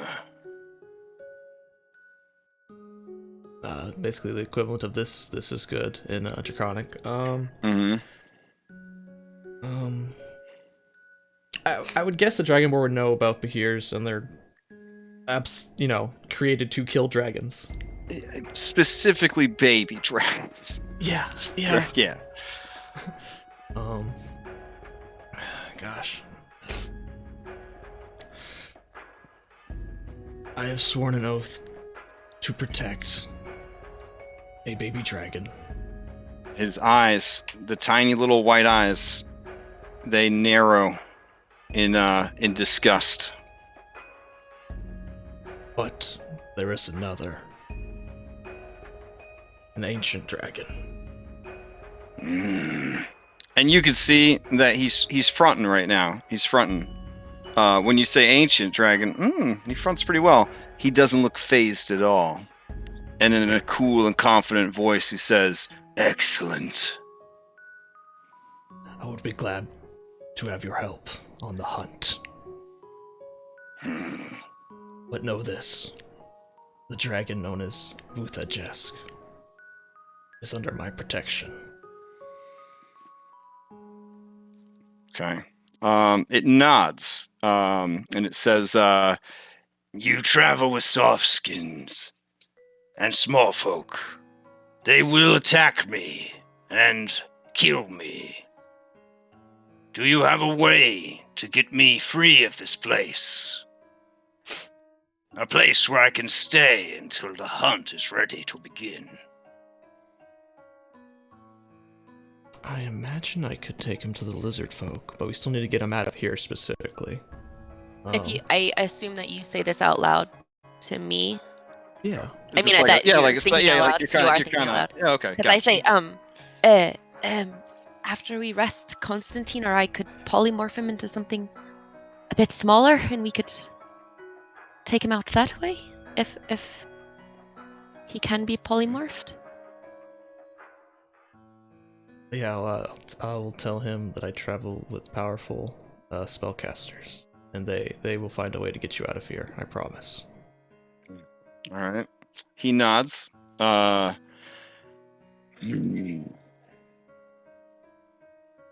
These are strange times, and you are a strange creature. It should be interesting. The events that follow. All right. As your conversation is winding to a hold, you hear a cry of alarm from the north. It's a fucking dragon! And as you look to the north, you see that there are many, many armored warriors. Some of them looking pretty palabro. Some of them looking a little intoxicated.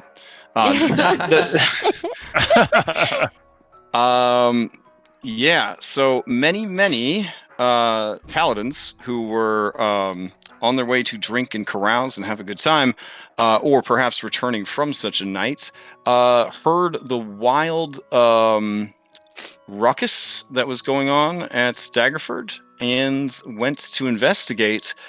In the end, they went with their guts and started basically insisting upon entrance to the house, at which point the household, which was in complete disarray from your actions and attacks, they spotted one undisguised imp and went full Inquisition mode. Yeah. So, as these people kind of back away, you see the Bahir start charging up his laser beam again. Oh no. Lady Daggerford. I go. Can I do Yeah, something, it's or- going to. Yeah, sees Tari and moves towards her. Do you try to stop her, Thogrim or Skull? Stop. Stop who? no, I'm not gonna- Daggerford. Oh, Okay, no. so as she's headed towards you, Tari, what do you do? I move up into the hallway. Okay. Up to them, and I say, thank God you're here. We've just freed the true Lady Daggerford from the clutches of a succubus, and this Bahir, not actually a dragon, this Bahir was instrumental. He was in fact the one who incinerated her, and I point to like the pile of like electricity that's still crackling. Oh, sure. And the bones at the bottom, and I say, he is a friend. Please do not harm him. And then I want to just see like how they're taking that. Well, you are not lying. So go ahead and give him a persuasion check. Okay. Oh, jeez. Okay. That's not great. D6. They kind of say like, this has been a strange night. What proof do you have? By the way, am I remembering correctly? Did somebody take the head from this creature that was made to look like Lady Daggerford, or is it still on the creature? Didn't I thought- Nikolai I take took the it. head? Yeah. Okay. Yeah. All right. So they say like, so this is just an unrecognizable pile of burnt meat at this point. So they're like, prove it, and that's when she walks up behind Tari, places a hand on your shoulder. 15. I don't know if that. Yeah. The combination of your persuasion, which calmed them down, but again, there's a freaking huge caterpillar dragon hanging from the ceiling, and they've seen horrors tonight that they hadn't planned on. Sobered a lot of them up. They gasp. One, because you ain't lying. Two, because she looks 20, 30-ish years younger that she did. And they all sort of look really, really like confused. And she says, it's true. There was a fiend, a demon that unmade my brother and then trapped me here. She has been living my life this whole time. I hope that she has not done great harm to you or our people. And they all kind of look confused because she really hasn't, as far as they know, because like the economy's booming, everything seems great. Yeah. So they sort of look back and forth confused. She sort of like slumps against the wall, like kind of exhausted from all of everything that's happened. Tree. Anything else? Nikolai? Can I pick up Pharos' corpse and I'm just gonna start walking that way? Okay. Yeah, I mean, I think Nikolai would try and like soothe people a little bit and be like, "This is very weird night. We should go upstairs, eat, drink, and talk about so many experiences." Or at least like the next upstairs. Maybe not like the actual house.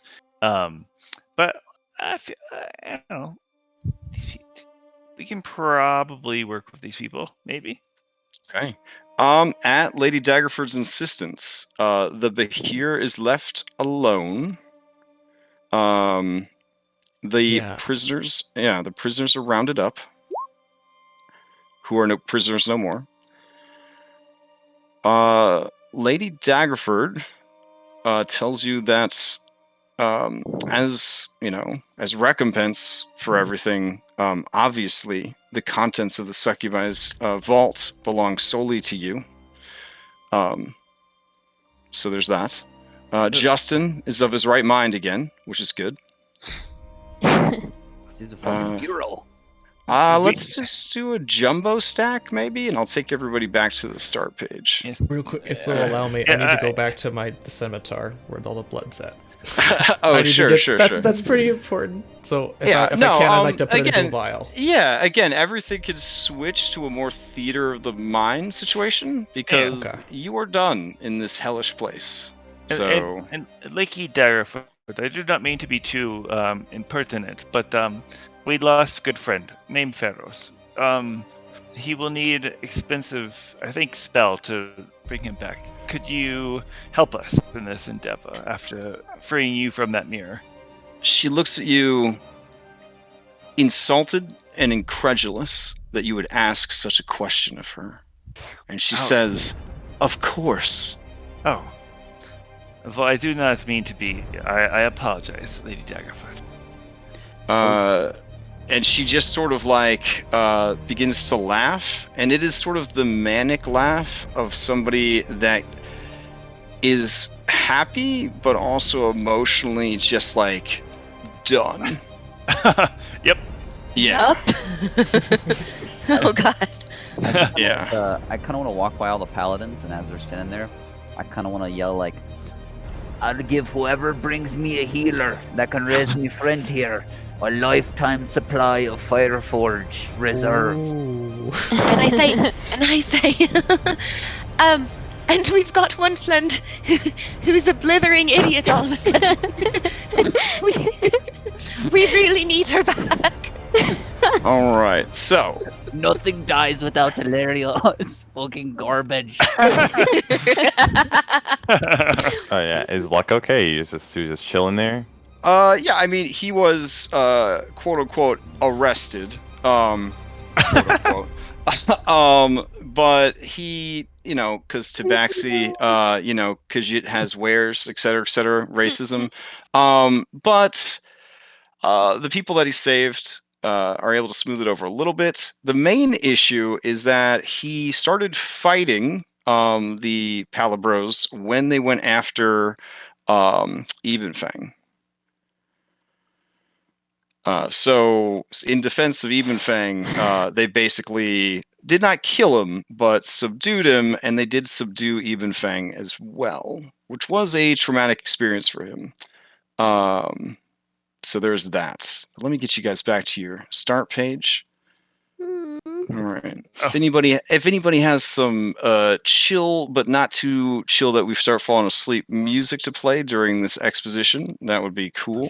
The one I selected started really good, and then when the xylophone started up, I just had to turn it off. So, I think I got something. yeah, I got beat up. I got beat up by a a xylophonist when I was a child, so I have real bad xylophone memories. So those little sticks hurt.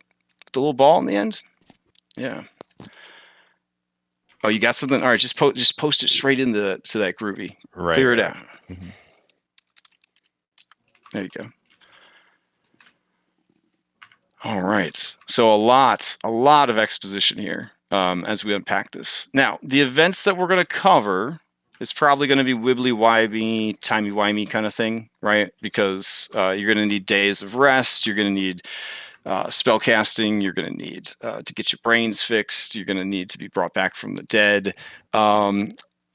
Lady Daggerford, once she is able to prove through magic, interrogation essentially by the paladins, that she is in fact who she claims to be, and that she is in fact of a mostly sane mind, because being locked in a mirror for decades is probably not good for you, is reinstated as the leader of Daggerford, and insists that you guys are guests in the manor, and you receive all of the treasures that the succubus had been keeping, and that from the city's coffers they cover the cost of Pharos' raised dead.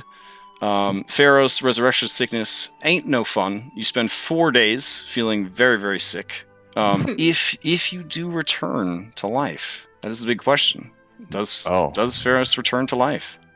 Yeah. I mean, okay. All right.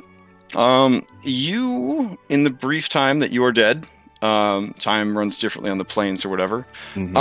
You find yourself in, in the gray waste of Gehenna. It's a terrible place. That's apparently where you ended up, despite your sacrifice and your willingness to help your allies against your enemy. You were there. And across the endless wastes of Gehenna, the shadow of your father would walk just out of your reach as you sort of trudged after him. Never looking back, never listening to what you would say, except in the moments when you would tire and stumble, and then he would look back disappointed. Oh, it's so rough. Yeah. Yeah. I mean, Warlock, I don't know what to tell you. It's rough. It's a rough life.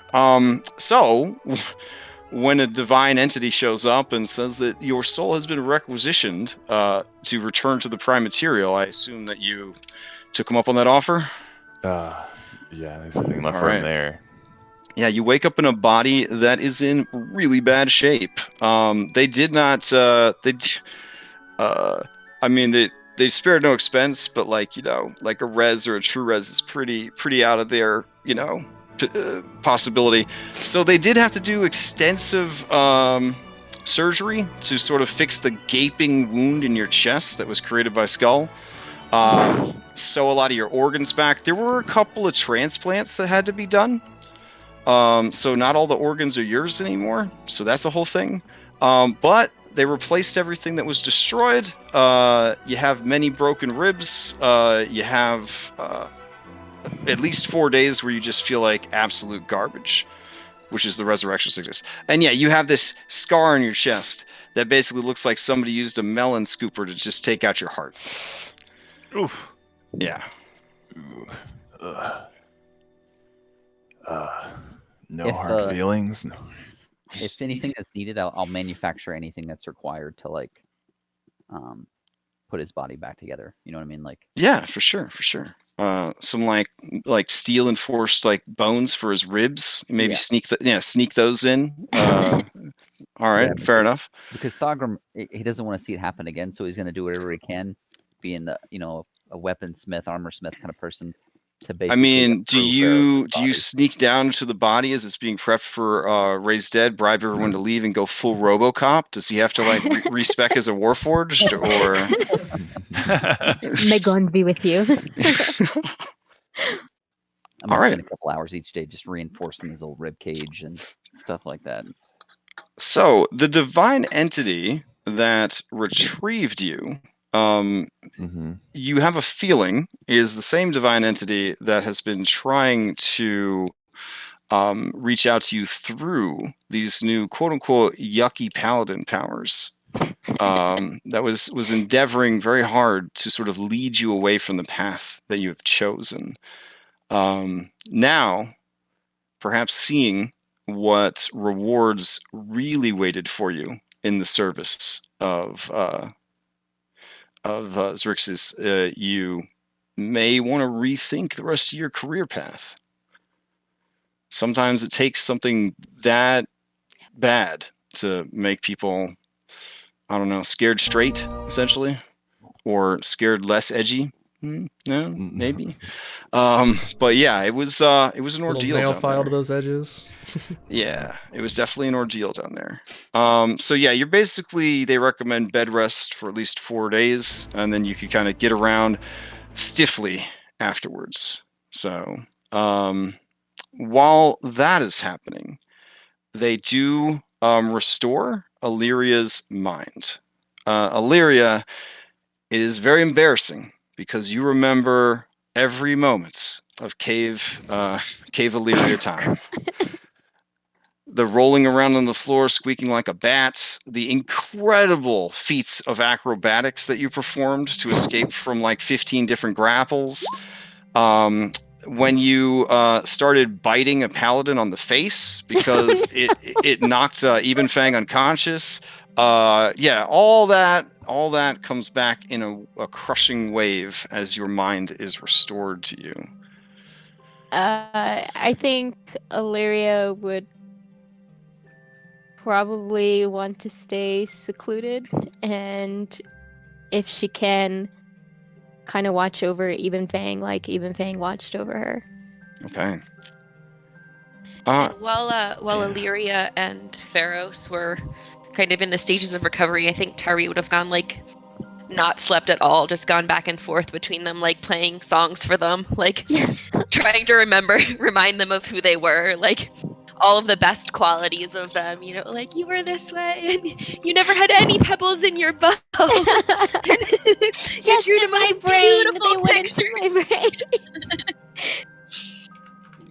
3, because you are a high-level bard, because you are possessed of incredible skill at performance, you are able to offer this comfort to your friends. But there are times where you sort of have to duck away because you know that you are dying. With the noble succubus who afflicted you no longer on the plane, the magics that she had sort of passed on to you, they're just sort of running ravage through your body. If only some of the blood had been collected from her, a cure could have been made. Skull, what are you getting up to? What? You PvP murder hobo, you. Aww. No, I'm sorry. That was a low Friendly blow. That was a fire! low blow. Friendly fire! I mean, I guess expedition time. I could definitely take Tari and some blood back to Delilah. Is her name? Okay. Is that her name? Sometimes. Right, worst. Yeah. Oh, okay. And All right. I guess that wouldn't happen first. Sorry. I definitely need to. I need to contact the princess and tell her they're gonna have a new friend for a little bit. It's gonna be the bear, and I'm gonna arrange for that to happen. I'm gonna get Ebenfang out of the slammer. Hopefully that's gonna be difficult. Again, you have the ear of Lady Daggerford. You saved her from an eternity, a literal eternity, trapped inside that mirror. Some of the prisoners had been in there for a while. Yeah. Let's just say that. Okay. Do you let anybody know that you harvested the blood, or? Yeah. Okay. Yeah. So Tari, you do hear from Skull that he was able to secure some of the blood from the succubus. Hopefully it is enough. Do you take your leave from Daggerford and return to Saltmarsh to try to get a cure, or do you stay with your allies until they are well enough to travel and then go? I think the latter. Let's try and figure this out. I think, right? Well, I I thought we had a really Tari, short yeah. clock. Yeah, so yeah, I think we'd go I immediately. think I maybe Skull like comes to me while I'm playing at Pharos's bedside, and he's like, "We have to We have to Take care of go. this. And I'm like, Okay. but it's my fault that he's in this It's okay. spot. I mean, I think we should, Nikolai. I think we should give you blood plasma things before we go, right? No.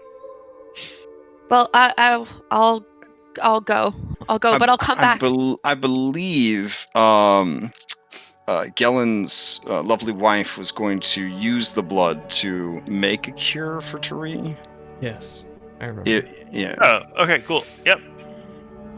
All right.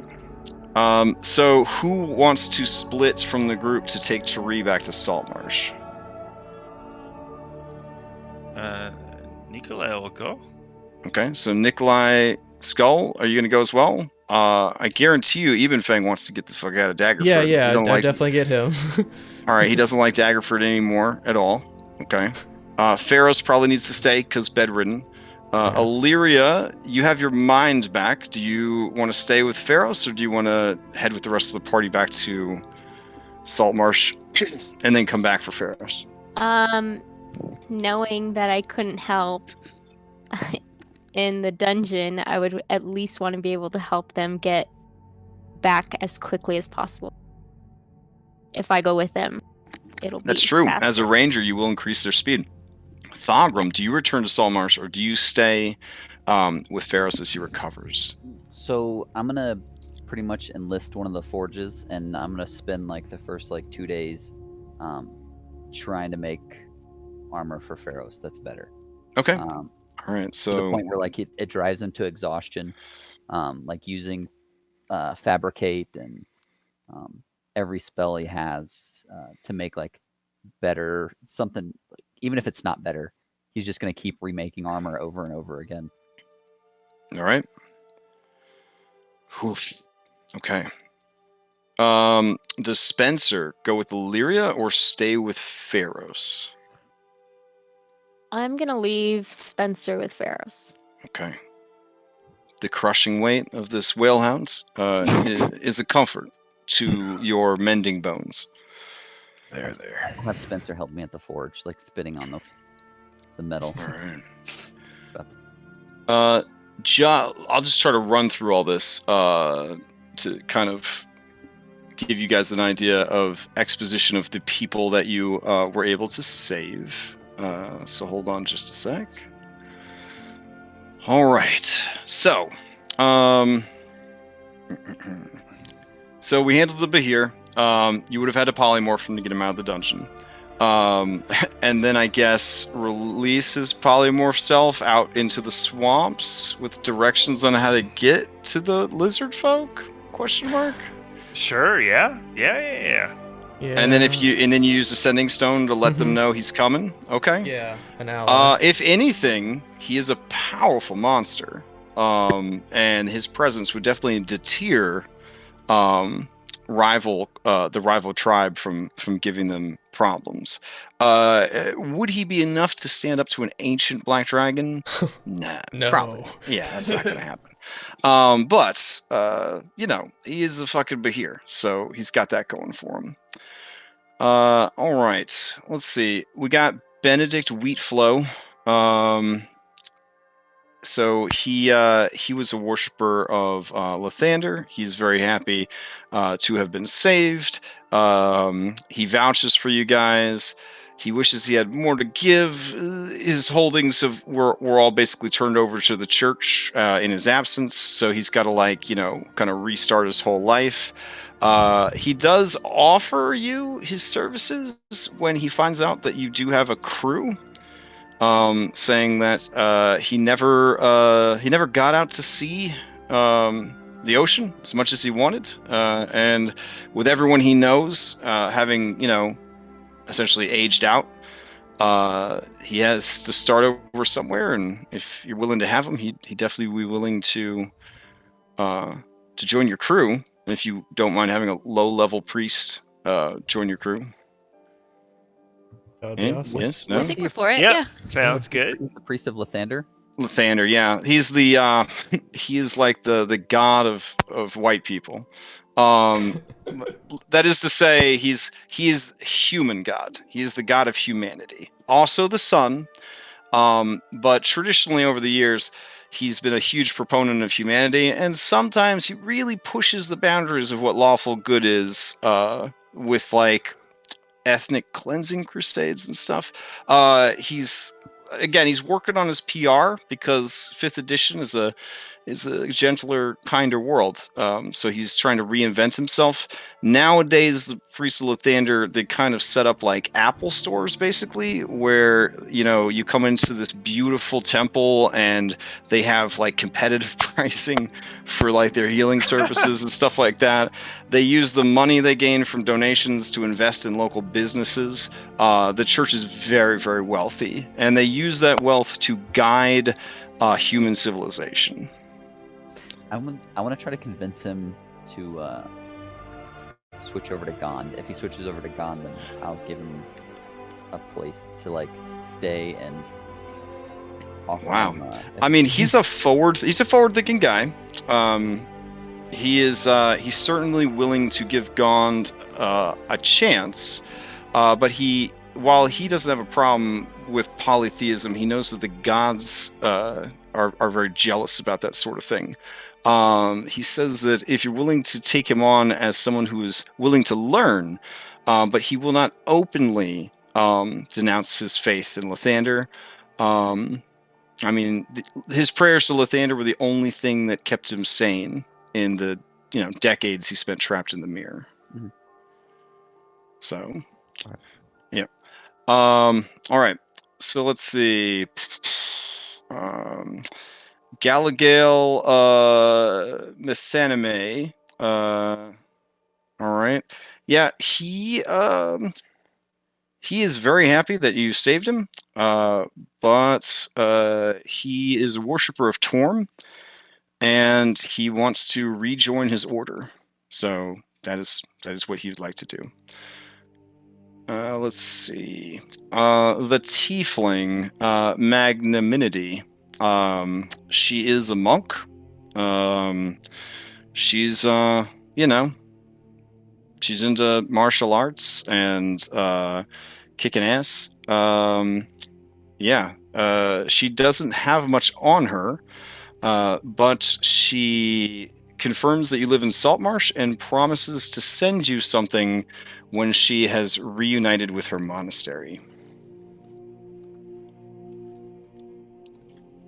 Safe travels. Let's see. The wood elf. The wood elf confesses that Celisaire confesses that they are a barber and hairdresser. And the only reason they ended up with the mirror is because they did a bad job of doing up. Who is this poor individual? Oh, This is them right there. Oh, that's oh, Yeah. I think Nicola would say, I need like a little trim. Would you be willing to help? Yeah, they let out a sigh of relief, and when they look at the luscious locks on this bad boy right here, and the fact that you're a hobgoblin that isn't trying to skin them alive, they're like, yeah, that'd be great. Yeah, I'll give them each a gold piece for whatever awesome things they do to Nikolai's locks. Okay. I mean, the job is really good. You can't imagine how they must have screwed up to be thrown into a mirror.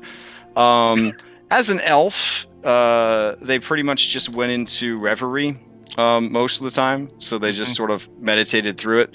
So this individual did not suffer nearly as badly as some of the other prisoners. They are empathetic, courageous, and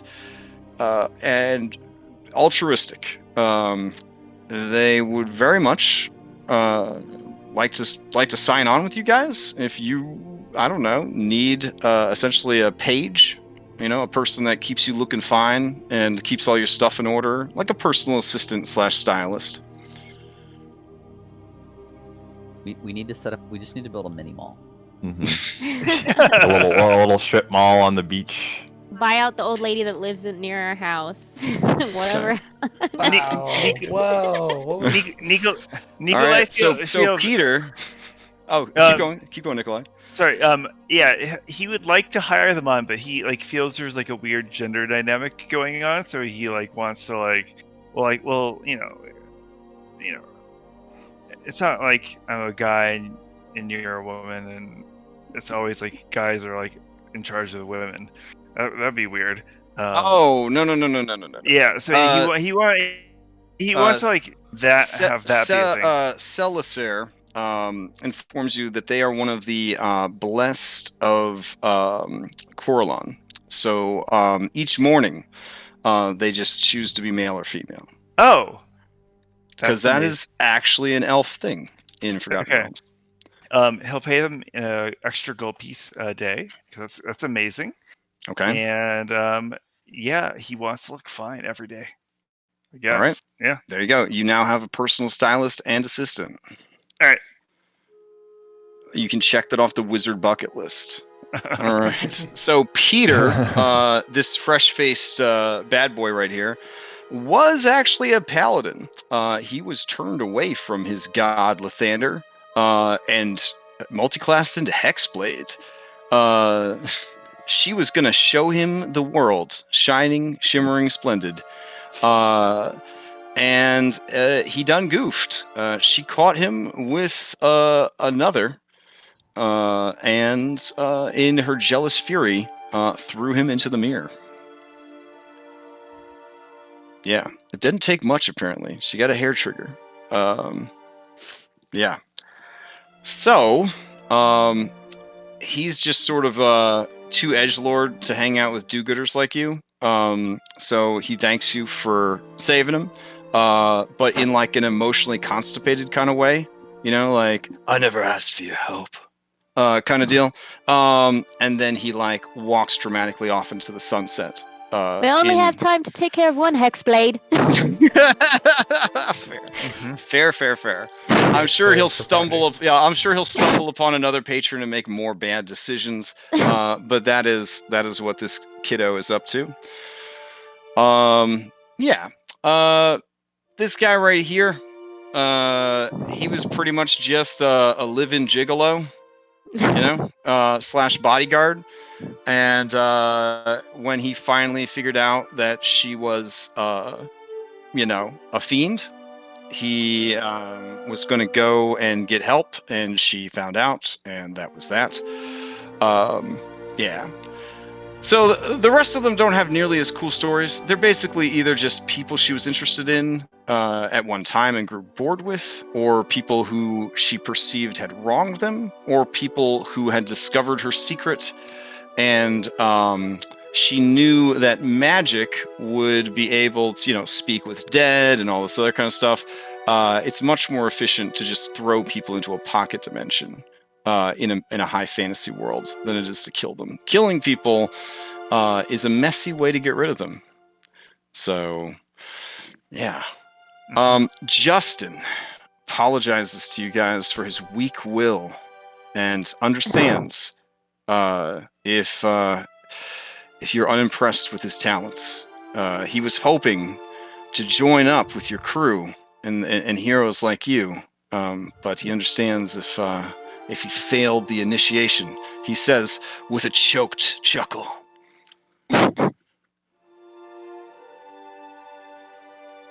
Very well. Yeah, Welcome I think aboard. you did well, Mr. Justin. You can fight more. Okay. All right. He will join your crew. Woof. We need to name the club he used to bludgeon the Canoloth with, though. Maybe call it Excalibur or something. I don't know. So, luck of the draw. He got beat up protecting a baby dragon. It's a little out of character for him. When he is released from custody, he hangs out with Pharaohs. Doesn't take care of him. It's not tending to him or anything like that. He's just in the same room as him. One of the favorite things he does is just throw cards at Pharaohs, and Pharaohs' reactions are too slow, so he just keeps getting hit in the face with playing cards. My gosh. Yeah. Spencer's gonna be really annoyed with him. No, it's fine. All right. It's like, what is this, a game? I'm. Listen, I'm just trying to speed your recovery, you know? Like, if you can dodge a card, you can get out of bed, or some saying like that, so. And then another one just sort of hits you in the snoot. Very When you well. could finally lift the cards, we could play some cards. Make sure your brain's functioning properly. Gellen's got a lot of money invested in you guys, and I want to make sure that his merchandise is well cared for. Oh, don't put it that way. You might think something's up. Oh, I assure you nothing's up, so... And then there's this sort of awkward, like, two edgelords kind of, like, looking at each other and then looking away at the same time. Spencer, you're not sure what the hell's wrong with these two, honestly. Before leaving for Daggerford, your baby comes in to berate you. Oh. Yeah, Yeah. acidic tears streaming from his eyes, his tiny fists held high. He begins to punch your broken and repairing ribs with his tiny fists, which aren't really that tiny, because he's a medium-sized creature now. You see Luck kind of tense up, initiative dice style, preparing, just in case. No, I like raise a hand to Luck, like, it's okay. All right. Vutha Jesk abates his rage by beating you up. And then he grabbed hold of your chin. He put your snoot to his snoot, his bulbous eyeballs to your tiny eyeballs. And he says, You will not embarrass me like that again. I don't dream of it. It's, I'm sorry. It was hard, but I'm glad I'm back. And I'll pet him on the head. all right. He lowers, like, slinks down at your touch and just kind of lets out a low, ominous hissing sound. Yeah. Keep a strong face for Skull. He doesn't want to see you looking like this.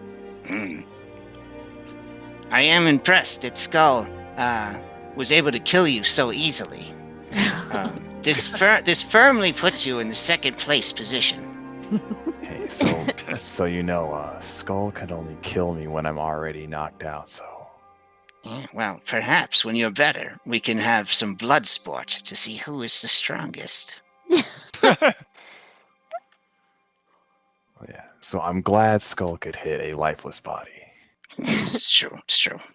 He is, he has feelings about all this. He's kind of a mess, so...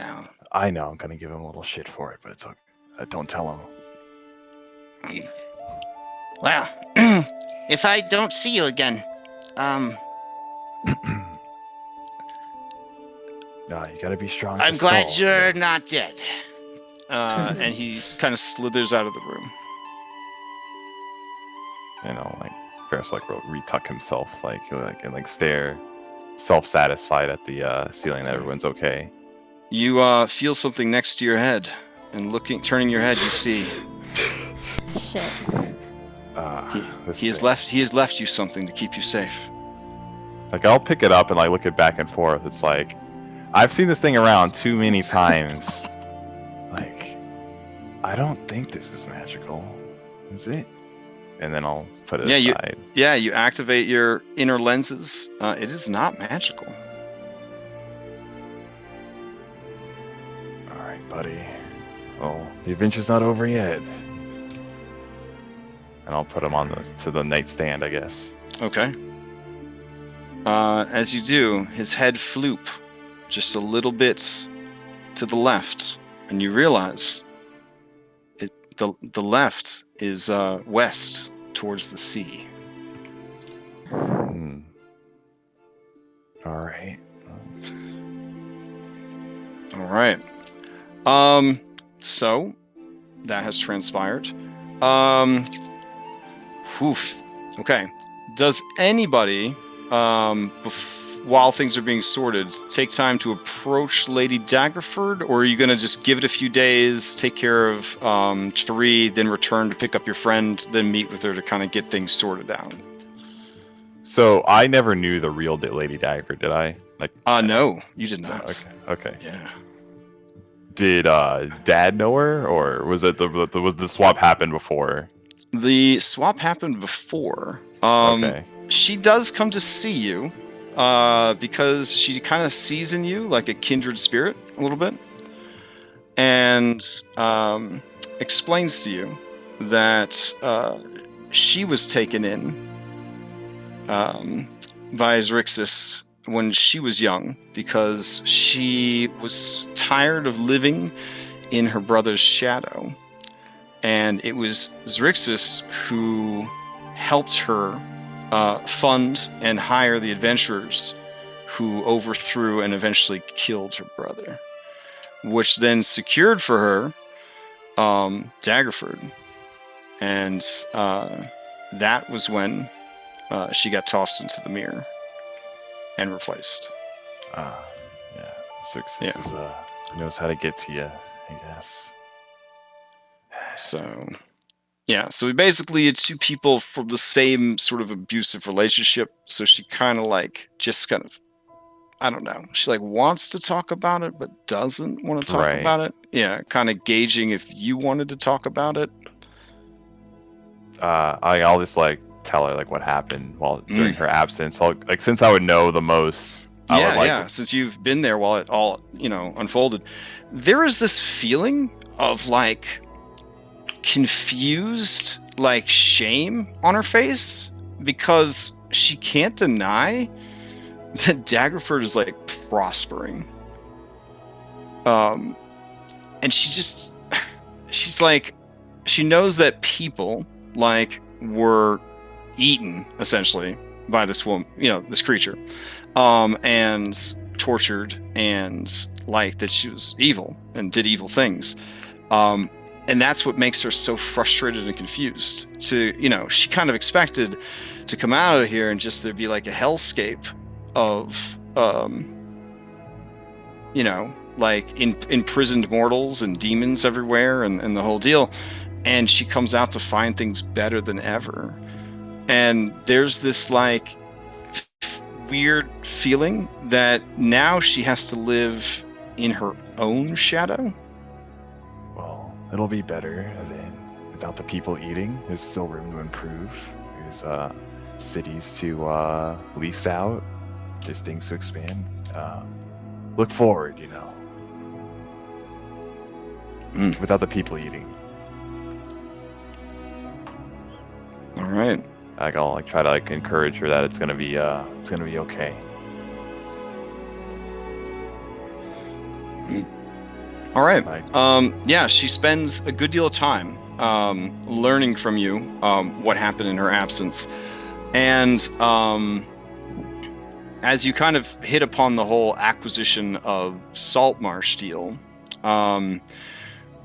she has sort of a weary look to her face, and she says, "So your allies are from this Saltmarsh, then?" Mm-hmm. Yes, they are. In my day, the city was not much to speak of. A den for pirates, perhaps. Still is. My people seek the acquisition of this tarnished jewel, I suppose. They hope to make it better, but there's a few that aren't on board.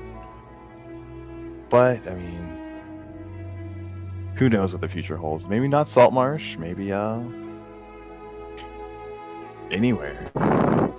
I will not act on any plans for Saltmarsh until I've had a chance to meet with all of you and truly understand Saltmarsh and what is best for its people and its champions. For now, rest and heal. That is what is best. Perhaps in a 10-day, you and your allies could come and meet with me, and we can discuss the future of Daggerford and Saltmarsh and what comes next. I think they would like that. Without, and I'll like sink into bed. I guess I'll pet Spencer a bit if he's still there. He's not gonna leave your side. Okay. She does, at the end of the conversation, turn to luck of the draw, pulling cards out of her hair. She says, do you understand that I'm in charge of this city, sort of, and throwing cards in my hair is extremely rude. He doesn't mean it, I think. And he says, well, you see, you've been in like a mirror dimension for like 30 years or whatever, so your reflexes are pretty low. I'm doing everything I can to help you recuperate. So I'm not even charging you for this service. And she kind of chuckles a little bit, pulls one last card loose from her hair and places it on Pharos' chest, over his heavily bandaged, gaping chest wound scar, and then leaves. These don't explode, do they? Like some sort of weird party trick? I mean, if I had gone like arcane trickster build, I could have totally done like the whole gambit thing. That would have been pretty dope, as the halflings say. But well, it's not too late. You like poison them on the edges. Or... it's true. You know, you could really just do it with like 1 feat spell sniper, and you take Eldritch Blast as your cantrip, and then you just reskin it to throw cards. Oh my god! Now I'm really thinking about it. All right. So, as you guys bond over your recovery, the rest of you head back to Saltmarsh. Gellin has people essentially meet you at the gates and bring you to his house. Are you okay with this, or do you have other business you want to attend to first? That works. Yeah, that's fine. Okay. All right. So, Gellin and his wife bring you into their home and meet with you. Tari, you are dressed in very archaic, slightly eldritch horror, like robes, and Dressed up like her puppet. Yeah, like Like there's all some, lace. yeah, there's like runic body painting. This is old magic. This is some old magic. There is not much blood on the dagger, and it is dried. But she takes the blade from you, and essentially she eats the blood. Yeah. I was gonna say I wanted to try and put it in a vial if that would have helped, but yeah, that would be much better. Yeah, right after the fight, I would have taken out one of my poisoner's vials, put it in there. Yeah.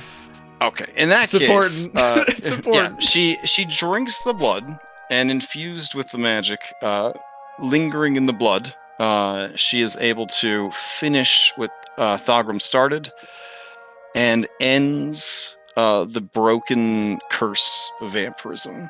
She does ask you, at the pivotal moment, if you would prefer to return to your mortal life or to live forever.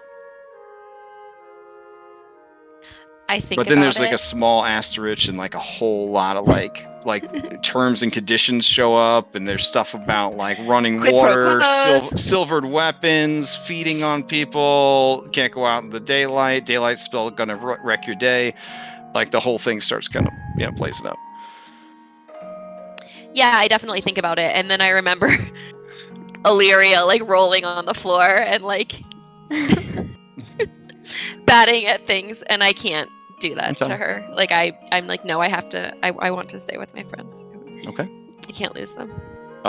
You feel the last like cloying grip of the noble succubus kind of fade from you, and you are your own person again. I think I kind of like grasp at it, like on a feelings level, like Oh, definitely some sure. Stockholm syndrome going on. Like I was Oh no. really gonna go with Yeah. her. So yeah, it's hard, but I let it go. It I would guess. have been pretty dope. The succubus home city is this sprawling metropolis that like hangs from the ceiling of an infinite cavern. It's pretty dope. So, but that's all right. That's all right. I like having you around in the campaign. So, all right. Whew. So that business attended to, Lady Primewater is pretty spent, and she kind of stumbles from the room, and she says, "You can keep the dagger. You're gonna need it soon." What do you mean? And she just sort of Pineapple pudding. stumble. Yeah, she just sort of stumbles out of the room. And you can see that all of the hairs, the bushy hairs on Gellen's forearms, are like standing on edge at her words. I mean, I asked him, like, what did she mean? What did she see? What does she know? I love her so much, but I very rarely understand anything that she says or does.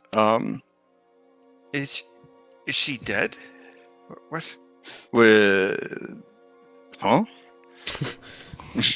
I mean, she's right there. I mean, I think she's down the hall by now. She's very fast. Oh, I misunderstood. Okay. Yeah. I think she means because Xrixyss is gonna come back. Yeah. I guess. I mean, it definitely sounded ominous. It gave me the hinky dice for sure. Hey, I need to talk to you guys. I hired you to kill Lady Daggerford, and I guess you sort of did, but like Lady Daggerford's still alive. Yeah. Now I'm not trying to get out of paying you the money because, I mean, you are poised to maybe make this better than it could have been. This young Daggerford, you saved her life. You could technically get whatever you wanted out of her. This is an opportunity to guarantee Saltmarsh's sovereignty. Right? Skull nods, but slightly confused. Does he mean Yeah. Saltmarsh? Does he mean Saltmarsh take over Daggerford, or just No. independent? Well, we mind our own business, but because she's young and inexperienced and out of the game, we offer our assistance to guide her in readapting to the Sword Coast and its more modern state. So we become friends and allies rather than competitors, rather than conquerors, right? And then we move forward with Saltmarsh's independence, but also with the opportunity to work together with Daggerford. What do you want to do with her? Be very. Right. Without flowery words, I would like very much to meet her, and for you to vouch for me. Because, I mean, the mullet, the eyebrows, the scars, sometimes people get the wrong idea about me.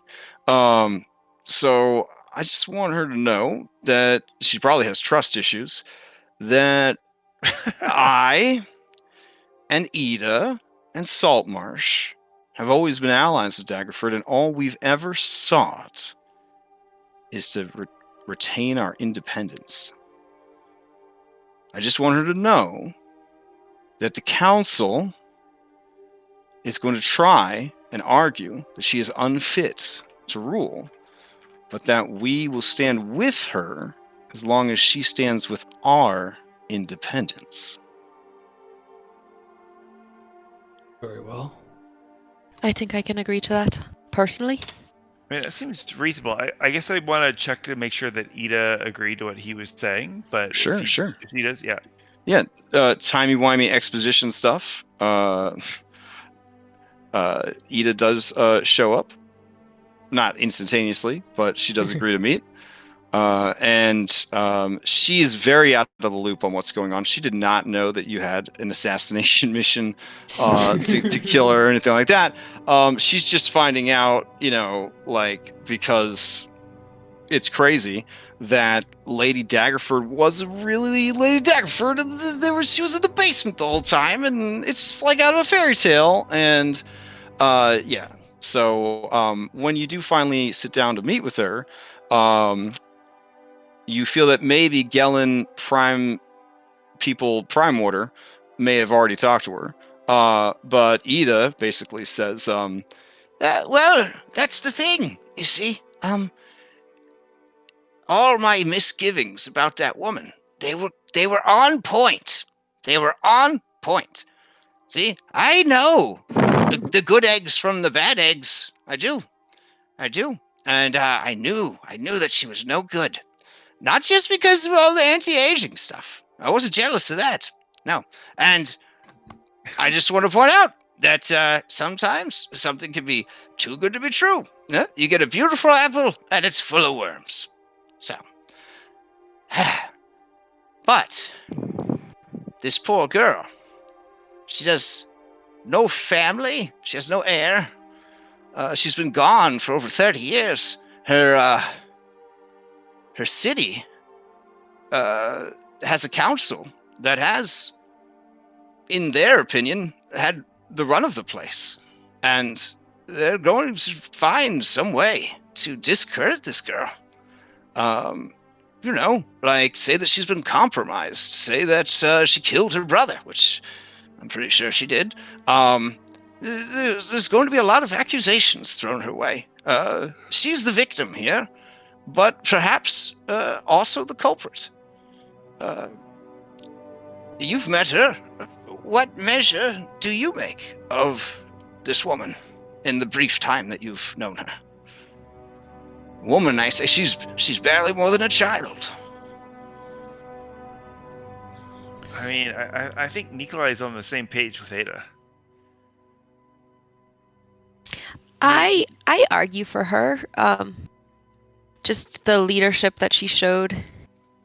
That she wasn't dazed or anything, that she just came right out of the mirror and was immediately rallying her citizens to give us aid, and she seemed to have a very clear head, and that all of the assistance that she gave us afterwards, I have absolutely no problem with her, and I support her 100%. Yeah, Ida looks around the sitting room at the others who are gathered. Well, I think then that another trip to Daggerford is in order. I would see this real Morwen Daggerford with my own eyes, that I may see the courage that you describe. Maybe you can guide her. Perhaps. You've certainly done well here. People trust you, listen to you. And she doesn't have any kids or grandkids. They could be in a nice quiet house. That'd be nice. I love my grandkids, I do, but they just wear me out, Grandma's got to help run the whole fucking town, I can't just leave me alone sometimes. You know where the cookie jar is. Just go get the goddamn cookies. Nice. Why did I even have kids if they're not going to raise their own grandkids? Or find the cookies in the cookie jar. It's right there, guys. Just go find it. Yep. Exactly. Yep. Well, Gellin, if that's the case, I'll probably need to give up my seat on the council of Saltmarsh. I would not want to present a conflict of interest beyond the obvious one that would be created. And I would need to relocate to Daggerford for a time until she was ready to stand on her own. You need to find someone trustworthy to take my seat. And ensure that our freedoms are kept intact. There are ill whispers up and down the coast. The men and women who make their trade on the sea, they talk. Attacks by those Sahuagin, they're ever mounting. Even close to shore, especially out at sea. We've lost a few vessels in the last 10 days to their attacks. Further, citizens are complaining of nightmares, bad dreams. I know that this is best for the town, but I need to know that you and these brave heroes will take care of things in my absence. And you see her eyes kind of well up with tears.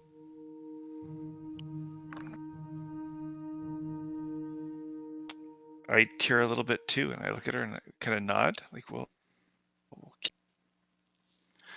All right. Well, I'm getting ahead of myself, huh? She might not even want a cranky old lady hanging out with her, especially after being led astray, such as it were. All right. Well then, I'll prepare for the journey. Okay. So, unless you have any other business, you guys return to Daggerford with Gellin and Ida in tow. All right. By now, Pharos would have made a full recovery. Ebenfang, actually a little too big to pose as a kobold, but a little too small to pose as a dragonborn. But is definitely afraid to let anyone know that he is a dragon. So he is desperate to stay in his kobold costume, his little vest that hurts his wings and all that, because he does not want to get beaten up again. He did not like that. Well, yeah, we could find a tailor to... He's growing, yeah, make it a little bigger. Can he Okay. pose as like... Can we like dress him I up mean, to we look could like a probably do- beast for me? Since Yeah, Spencer I mean, isn't with me? he could be disguised as some kind of like drake, maybe like a wingless dragon, like the ones that Gellin uses at his mansion as guard dogs. He'd have to basically act like a dumb animal, though. So, I mean, he could probably get away with being a juvenile dragonborn. Yeah. I mean, usually, children are not seen outside of their city too often. They usually wait until they come of age, and then they all go adventuring, so that every adventuring party can have at least one dragonborn per Adventurers League standards set in 2017. But yeah, like if you explain like, oh no, he's a kid dragonborn, that would probably work. Yeah. Yeah, I guess just ask him what he would prefer to do. I think either one would work pretty well. Yeah, he would rather be able to... It's uncomfortable to walk on his hind legs for extended periods of time. Yeah. So as embarrassing as it is, he thinks he'd probably just pretend to be some kind of drake. Just hang out with Spencer. Alright. Well, Spencer's with Pharos, so we're going back. Yeah, so yeah, he'll just pretend to be like your guard drake, because it is way more comfortable for him to be on all fours than to constantly velociraptor around. Yeah. And it does look really unnatural. Like, yeah, no, this velociraptor, it's totally a dragonborn. Yeah, it's a hard sell. It's a hard sell. So but it is Dungeons and Dragons, so. Yeah, we just get some kind of like barding or other like clothing that could hide his wings, and that should be good. Right. What are like the stages of like dragon development? He is still a wormling, but he is getting bigger. But dragons age incredibly slow. It takes 100 years for a wormling to reach young adulthood or whatever. So. Okay. So he's just a very big kid. Yeah, I mean, more than likely, it's sort of in, him being active and going out and quote unquote gaining levels. experience. Yeah, gaining experience. Yeah. Dragons actually do not have a limit on size, and size does not necessarily indicate age. There is a dragon in Forgotten Realms that is the size of a castle. He is also a landowner that owns a lot of the Sword Coast. But he is also an ancient dragon and like a 20th level wizard. But yeah, like dragons have no size restrictions. They have no age restrictions, and they have no class restrictions. So they can take class levels, they can age, essentially live forever. And the older they get, the stronger they get. But they can also physically be quite large. And that seems to vary on the individual. Okay. Yep. Traditionally, a baby is anywhere between small and medium. So. Okay. Has he taken a class? I mean, I don't No, know. no. Mr. Warlock. Yeah, He's you going see him ranger 'cause he's practicing with impressed his his little wooden buster glaive. Yeah, it's like no. To the best of your knowledge, he has not done anything of the sort. But he is bigger than when you first met him. So he was kind of on the line between small and medium, and now he's at the lower end of medium. Okay. Yeah. All right. Like if he was a dog, he might be like a mastiff in size. Right. Yeah. Okay. Which is, if you've seen a mastiff, it's pretty big. It's a big dog. Yeah. But it's not as big as a person. You know what I mean? Yeah. Like, yeah. Okay. So you guys head back. You return to Daggerford. No problem. You are invited back to stay with Lady Morwen, and you check in. By now, it would have been probably 5 or 6 days of time that has passed. Pharos, you are able to get out of bed and move around. You no longer have your raised dead sickness. You've managed to long rest it out 4 times. Yeah. Anything you want to do before your allies return, or is this like quiet introspection time, or like what is I'll stretch out. I'll realize I guess I can't summon my glaive anymore, or my polearm. I guess unless I can, then Well, again, as a warlock, the things that were taught to you, they were taught to you. Right. So no, now the problem is the blade itself was essentially given to you by her, so you will need to find a new weapon and apply the rituals that she has taught you to make it your own, essentially. Okay. Does that make sense? Right. Yeah. Mm-hmm.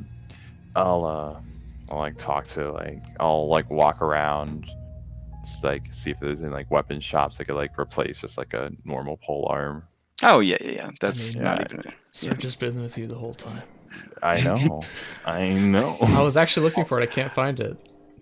And Serge would not mind being your new hexblade. And if you're looking for a new patron, Serge has numbers. That he could call and get you all hooked back up. I mean, no reason to stop hexblade now, baby. You know what I'm saying?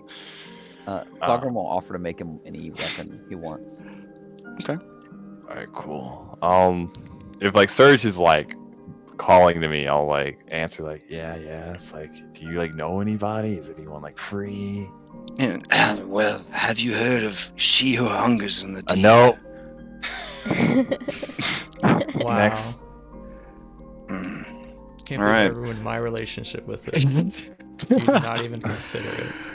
All right, go ahead and give me one charisma save to represent all of the charisma saves for the time that you are recovering with this thing. Okay, wow. Even with disadvantage, which you would have had because of recovery, you are able to tamp down its will. The weapon seethes. It hates you and resents you. I know. It longs for the sea. It wants you to at least agree to throw it into the ocean the next time you go there, because it does not like the land or anyone on it.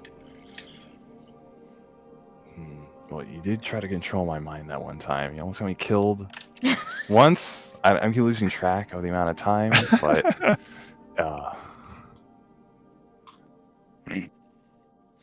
All right, But, the you know- weapon is stubbornly quiet after failing a series of charisma checks against your injured self. But it listens, but it does not respond.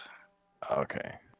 Yeah, So even it if I ask is- like anyone's like that's not the shoe hungers in the deep, then He's kind of like, again, magic weapons are super basic programming. Yeah, they only Okay. know a few true facts, and then they just kind of go off. That defines their whole thing. So, all right. Well, you'll be in the backpack for a while. Sorry about that. all right. So you guys all meet, and does anybody have a particular case they want to make before this open peace talk begins? Real quick, Crash. Since Yeah. I stayed in Daggerford all that time that passed. I Sure. also want to see if I could make Spencer like a kind of like a potion dispensing thing. You know, like the what are they called? Those dogs that wear Saint Bernards. Yeah, Saint Bernards wear the little thing under their neck. I want to make Spencer like one of those. That would be pretty hype. Yeah, I think that's something you could work out. Yeah. And it holds basically like, you know, you pay X amount per, you know, potion and you just fill it with like however many servings. I can work it up. Well, let's just make it a 6-pack. It could hold 6 healing potions. Sweet. Okay. But they have to be the same type of potion. Yeah. Like Okay, you can't you can't mix Change different the types. Yep. volumes. Yeah. All right. In that case, you were all there. Well, not this lady. She's off doing spooky stuff. There we go. Yeah. So these three are gathered. They look to you guys to sort of open up the talks.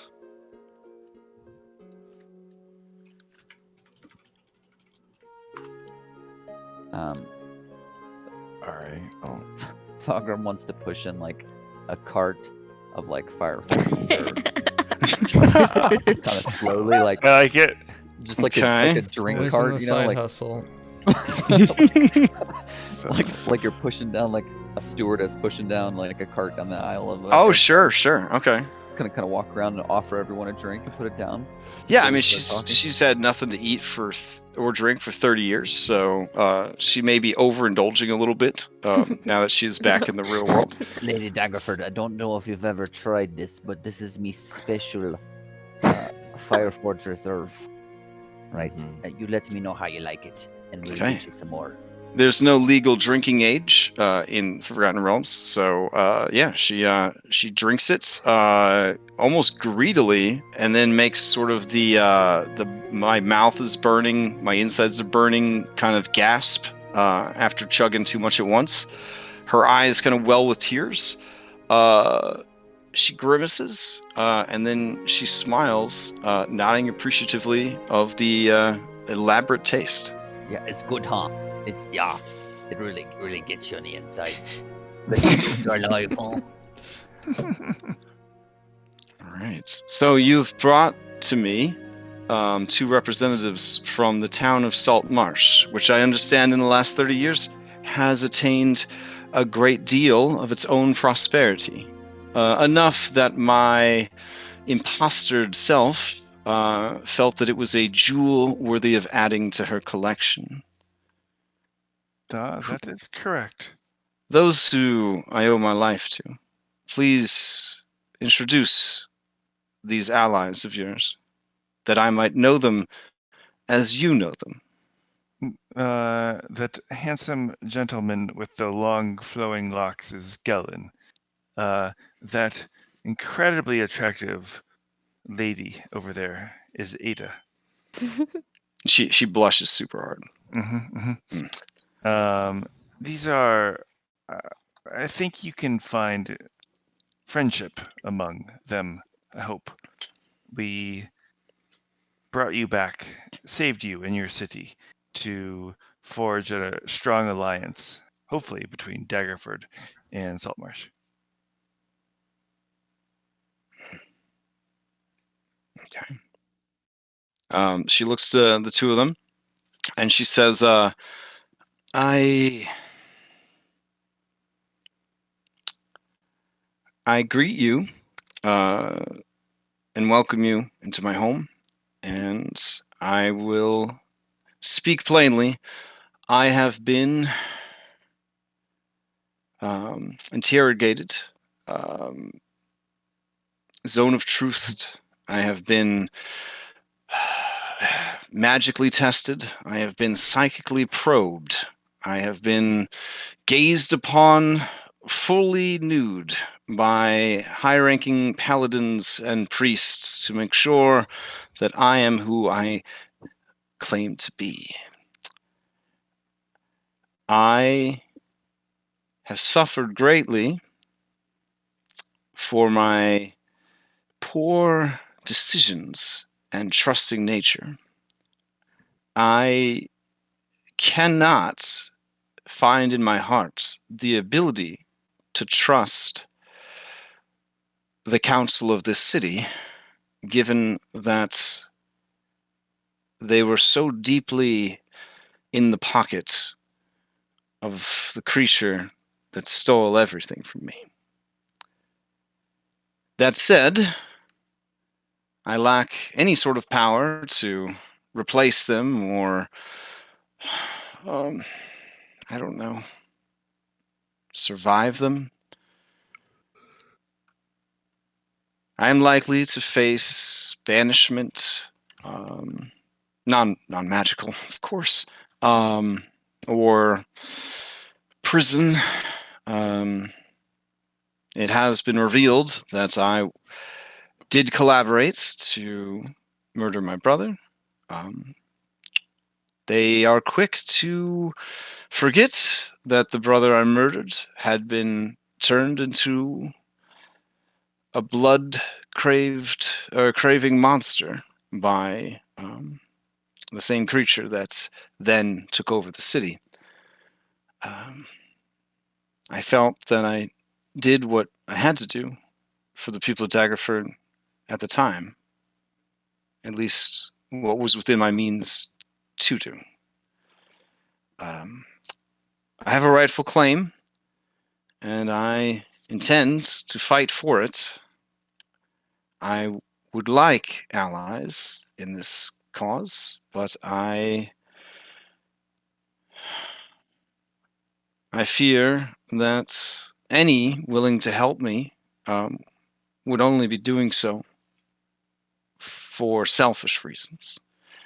So I would like to know up front, what is your agenda? What is it that you need? No fancy words and no pretty promises, just the truth. What do you need done? And if it is within my ability and conscience to do so, we can work together to make it happen. And then she just sort of sits back in her chair. As she is talking, and then as they go to reply to her, I want to pay careful attention to see whether people are being truthful in their replies in this meeting. Specifically, Okay. I want to see whether Gellin and Ida actually have the best interests of Saltmarsh in mind without hurting Daggerford at all. Okay. Go ahead and give me an insight check. All right. It's also deadly quiet. Oh, yeah. Let me put on some music. I thought you paused it for the talk. I'm sorry. Oh no. And Pharaoh, you're there. It just Pharaoh, ran out. 15. Yeah. I assume I'm there. Yeah, I honestly, Nikolai would look at you, and he would kind of like be like, "I think this means for Daggerford. Like, what's the next step?" Well, we gotta take the old one or the new one. What?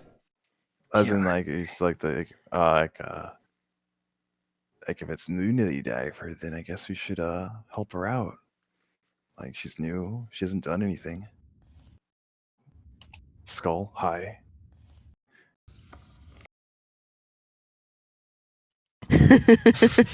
What? I'm not there. I'm gonna be outside with Spencer and. Oh, Thing. is Skull not there? Oh, No, I'm. oh, you're here. present, Okay, present. Oh, but nice to meet you. I'm Good to see definitely you. hanging out in the back. Averting your Alright. gaze. Hard. Yeah. All right, But so this is more important stuff right now. Gellin tells her, basically, he says, okay, you know what? I'm moved by what you've said. And Ida, I know this is going to be a lot to take in.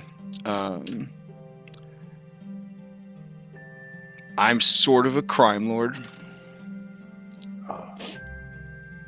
Oh. And Ida just kind of looks at him like the way you look at your friend who's always been gay, you know? And then they're like, they tell you one day, I'm gay. And you're just like, uh-huh. Like, yeah. And he kind of looks at her like waiting for like the berating, the yelling, and he sees the look on on her face, and he kind of blushes. I'm not a bad crime lord. I'm just a crime lord that's willing to skirt the law if it benefits the people. A great deal of my money is funded into taking care of people who can't take care of themselves down in Crabber's Cove. I donate to the temples. I donate to the school. I try to make sure that everyone has a job. I do what I can to make sure that there aren't a bunch of orphans running around that are going to wind up like the younger version of myself. I can't get to them all. Can I walk to like Lady Daggerford, and I kind of want to be like this fella right here, real leader of the pack he is. God damn it, Thogrum. With like his drink and his like Thorgrim's gonna have like his drink in his hand, and he's gonna kind of like look at her like and like wink. That was so good. That was so Harry does a spit take. Take your DM inspiration, you son of a bitch. So Gellin kind of clears his throat, and there's sort of a growl in it when he does. And he says, so that's my dirty laundry up front. You're gonna hear things. Sure. You're gonna hear a lot of things. Then I want you to know that that part is true, but that I always have my town's interest in the forefront of my thoughts and deeds. So there's that. I'm also going to put it out there. I disliked your imposter so much that I may have paid a small king's fortune to have her removed. So, I mean, if you want to add somebody to the list of people that saved you, I mean, they wouldn't have been there if it wasn't for me. I'm just throwing that out there. And Ida says, "You were going to assassinate Lady Daggerford?" And Gellin just kind of blushes again, and he's like, I mean, you know, radical change through radical action. And Ida just kind of, you know how I feel about assassins. Ugh. Well, I am Ida Owland, and I have always lived in Saltmarsh, and my family has always lived in Saltmarsh since it was tiny huts on the beach long ago, fending off lizardfolk and goblins and fishfolk just trying to make their way in the world. True, our town has a reputation. It's a den of pirates and thieves, and we have our secrets.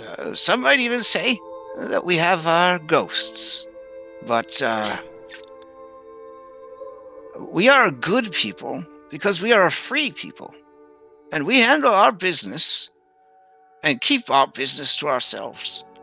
And we had no problem entering into trade agreements with Daggerford, but they got more and more greedy. And soon it became apparent that all of their tactics just revolved around taking what we had, what made us who we were, our freedoms away, and setting up a small puppet government and taxing us till there was nothing left. They didn't understand Saltmarsh and what made it work. If they do take us under the banner of Daggerford, the prosperity that you see will falter. I guarantee that, because it is the spirit, you see, of the people. It is the freedom that they feel, the connection to the sea, the knowledge that they earn their living their way, that makes them so prosperous. I know that you've been through a lot, and you've had 30 years alone with your mind, with no one else around. I don't know what that's like. I feel like I never have time to myself. I'll admit, I had a foolish old woman thought that it must have been nice to be trapped in a mere.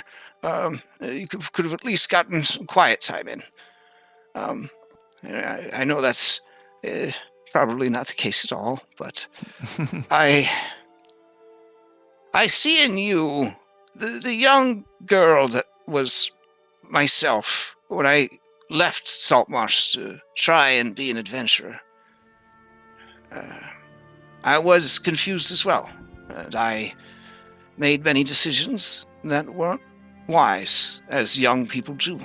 You made such a decision, and in a way, the worst thing that happened was you lost 30 years of time. But look at what your decision has wrought. And she kind of motions to the window, and you can kind of see from the hilltop the sprawling city of Daggerford. I would say that as mistakes go, you fell into a pretty good one. And now, it's your responsibility, because inadvertently, your foolishness, your selfishness, your desperation, and chaos and fate, they work to make this happen. You see, this is you. This is on you. Don't let that council take what is yours, and don't let them take what is ours.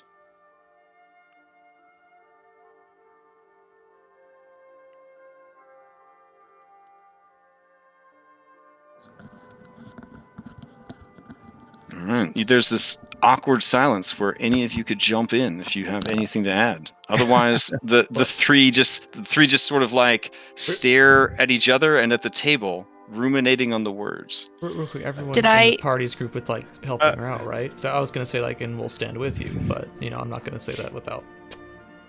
Oh, that's a good OOC question for sure. That's a good OOC question. Yeah, just like you want to make sure we're all on the same page. Like, Yeah, I think we are. I guess so. I mean, I'm on the fan of like trying to like get rid of this council, but we should probably get going. that would probably take a lot longer. I mean, eventually you probably could do that. I don't know. You can help her do on that. the way back, Ida kind of pitched her plan to you that you guys would be needed along the coast, and in Saltmarsh, because Saltmarsh is number one, foam finger, the whole deal. She will, with her resources and experience, try to guide Lady Daggerford, basically through what she's about to go through, which is essentially trying to be removed from her seat of power. Yeah, she's been through it. There's right. No I mean, yeah, they know that she is 100% telling the truth and she is who she says she is, but now the members of the council are trying to levy that she is a murderess, that she, can't possibly be fit to rule because she's, been gone for so long, blah, blah, blah, blah, blah. Yeah, this is the So, perfect opportunity yeah. to like take her out so they can rule and be Right, unopposed. exactly. Whereas before they were kind of under the heel of that other one. So Correct. And you got to think that a lot of them were probably poorly treated behind closed doors by fake Daggerford. And seeing her face on this quote unquote weak opponent probably makes them feel very powerful. Like they could, kind of give her the comeuppance that they couldn't give the other one, sort of thing. Yeah. How did I feel about Surprisingly, saying? Prime Water was legit, telling the truth. He is a crime lord, but he really does, like werewolf life, vampire wife. He really does care about the town. He is not, if there was alignment, a good person, right? You get the feeling that he's probably cut people up into literal fish bait, for crossing him, kind of deal. Like he is a bad guy, but he does care about Saltmarsh. He's bad And he guy, but not actually bad feeds guy. the orphans and stuff. Exactly. You guys have probably, those of you who are local to the town, you do know that it's well known, like Lex Luthor style, that he does funnel his money into charitable stuff. So like it is public knowledge that his money does go into the community. Yeah, I look at Skull and everybody else and I say I support this union. Let's. Ida was harder to read. She's just kind of was keeping all of her stuff very close to the vest, but you were able to get a clear read on Gellin. Would Nikolai have had like a slightly better chance of reading Ida or no? Yeah, you can go ahead and give me an insight check because you worked for her and all that jazz. Sure. All right. Okay. Let's see.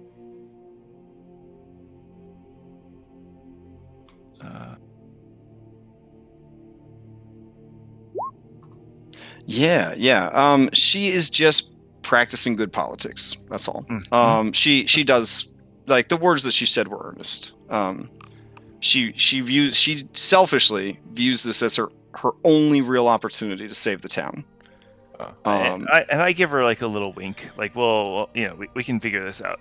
And she did know that Gellin obviously was a crime lord, but she did not know that he had hired you guys to do this assassination, and she's not very impressed with that at all. And very, very judgy about that.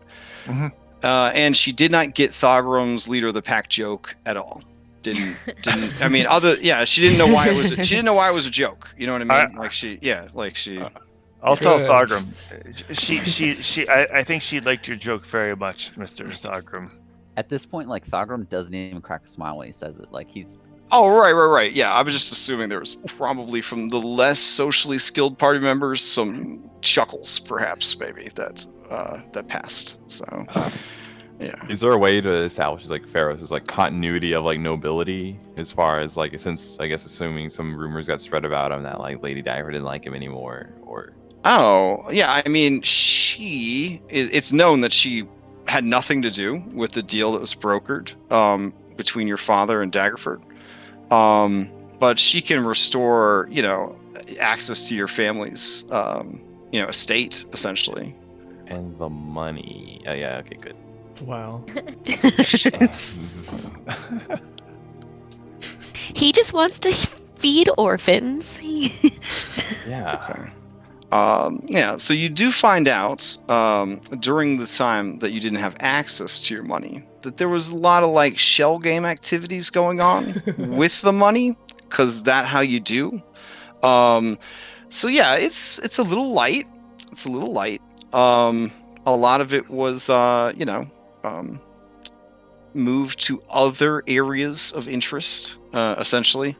But yeah, there's some money left. More important is you have your title. Okay, that's the important part. So that's been restored. I guess. When you ask for the books, apparently, like, they had a huge funeral for your uncle. It was very expensive, like Jesus Christ. over 10,000 gold. What? You actually Gold don't remember coffin. you don't remember, yeah, you don't remember there even being one, but apparently he had a solid diamond funeral mask, Damn. and codpiece made. Why So, did they just res him? What? Let's go dig it up. well, according to the paperwork, he specifically said he did not want to be raised from the dead because he had 99 virgins waiting for him on the other side. So, But we can get the codpiece, right? Like that's Oh maybe. my God. Nikolai, I don't problem think this is, was a real funeral. thank you, I'm Tari. gonna Thank you, sell Tari. I'm gonna sell his coffin. This is what we call embezzling. Oh. Yeah. Anyways, you have your title back, so that's important. So that's been restored. Right, So, right. So through correspondences, you could probably reach back to your homeland, try to get things sorted out, but it's going to be a mess for a while, to be sure. That being said, you do have the loot from the succubus. I will share that with you guys. And technically, you got the 50,000 from Primewater, because Daggerford does agree to this partnership. Cool. Sweet. Yeah, So- nice. Yay.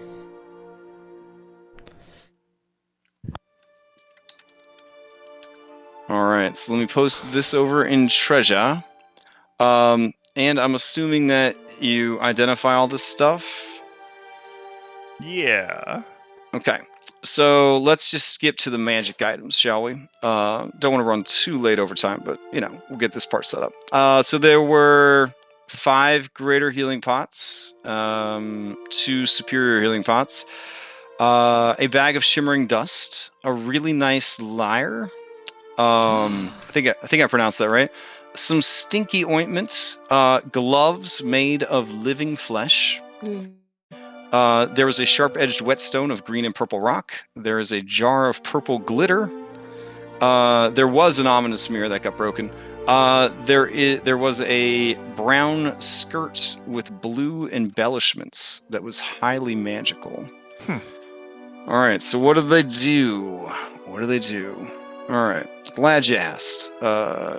Here we go. These, let's see, start at the top. The dust is dust of disappearance, standard compendium stuff. So you should be able to look that one up.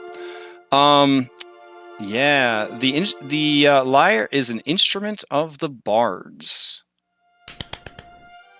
The greatest item that a bard can attain in 5th edition Dungeons and Dragons. So I understand if you want to just sell that one. So I mean, I get it. So let me see. I'll copy that link over. It's a specific one because they all have different abilities. So let's see. I'll add that link there. There we go. The ointment is Kegtum's ointment. I guess it's some kind of restoration shit. It's like a Final Fantasy remedy. Let's see. There we go. This is Dust of Disappearance. Okay. The gloves made of living flesh are living gloves. Also in the compendium, but I'll link that also. They do attune to you, so it's super gross. Super gross. I think they attune to you. Maybe not. But they actually adhere to your skin, which is, in my opinion, super gross. Yeah. Yeah, the whetstone is a whetstone of venom. It is formed from iron exposed to poisonous pools for an extended period. Very popular in the lower planes. When this whetstone is applied to a weapon, the weapon does an additional 1d6 poison damage for 5 minutes. That is a really nice item. Let's see. I need it to maybe not do the bulleted list there. Oh my god. All right, I'll just comment tool it. There we go. Sweet. The jar of glitter is mind dust. This is a dust made from the powdered brain of a mind flayer. This reagent can be used as a spell component for any spell that deals psychic damage. If you use it as your material component, the spell will deal an extra 1d6 psychic damage. There are 20 uses in the jar. Interesting. Alright, so I'll comment tool that. And then finally, probably the neatest item that was in there is the dress. It is a skirt of the merchant princess.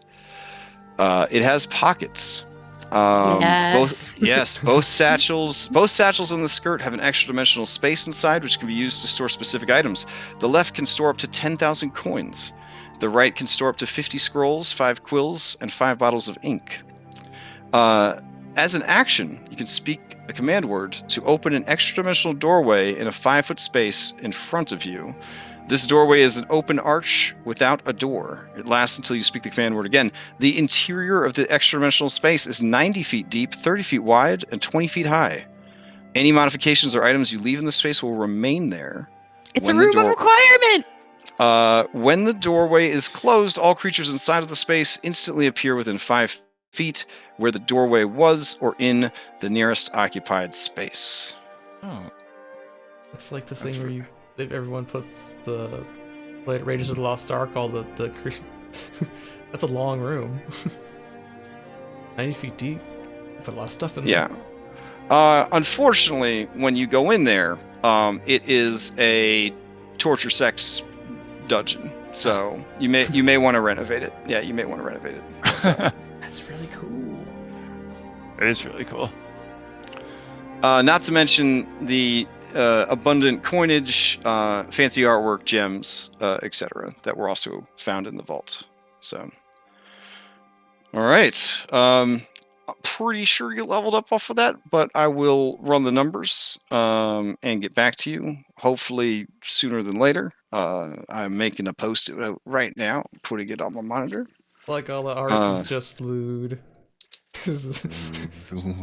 Fetuses. Naked people. Yeah, 2 statues that fit together.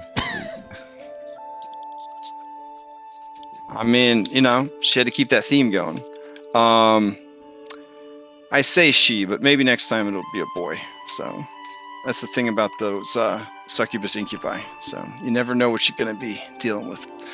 All right. That was a cool session.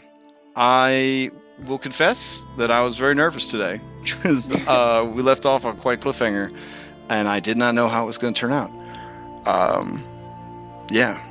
So, well done. Not an easy fight by any stretch of the imagination. So, good job, guys. You are now laden with treasure, and the coast beckons. So, yeah.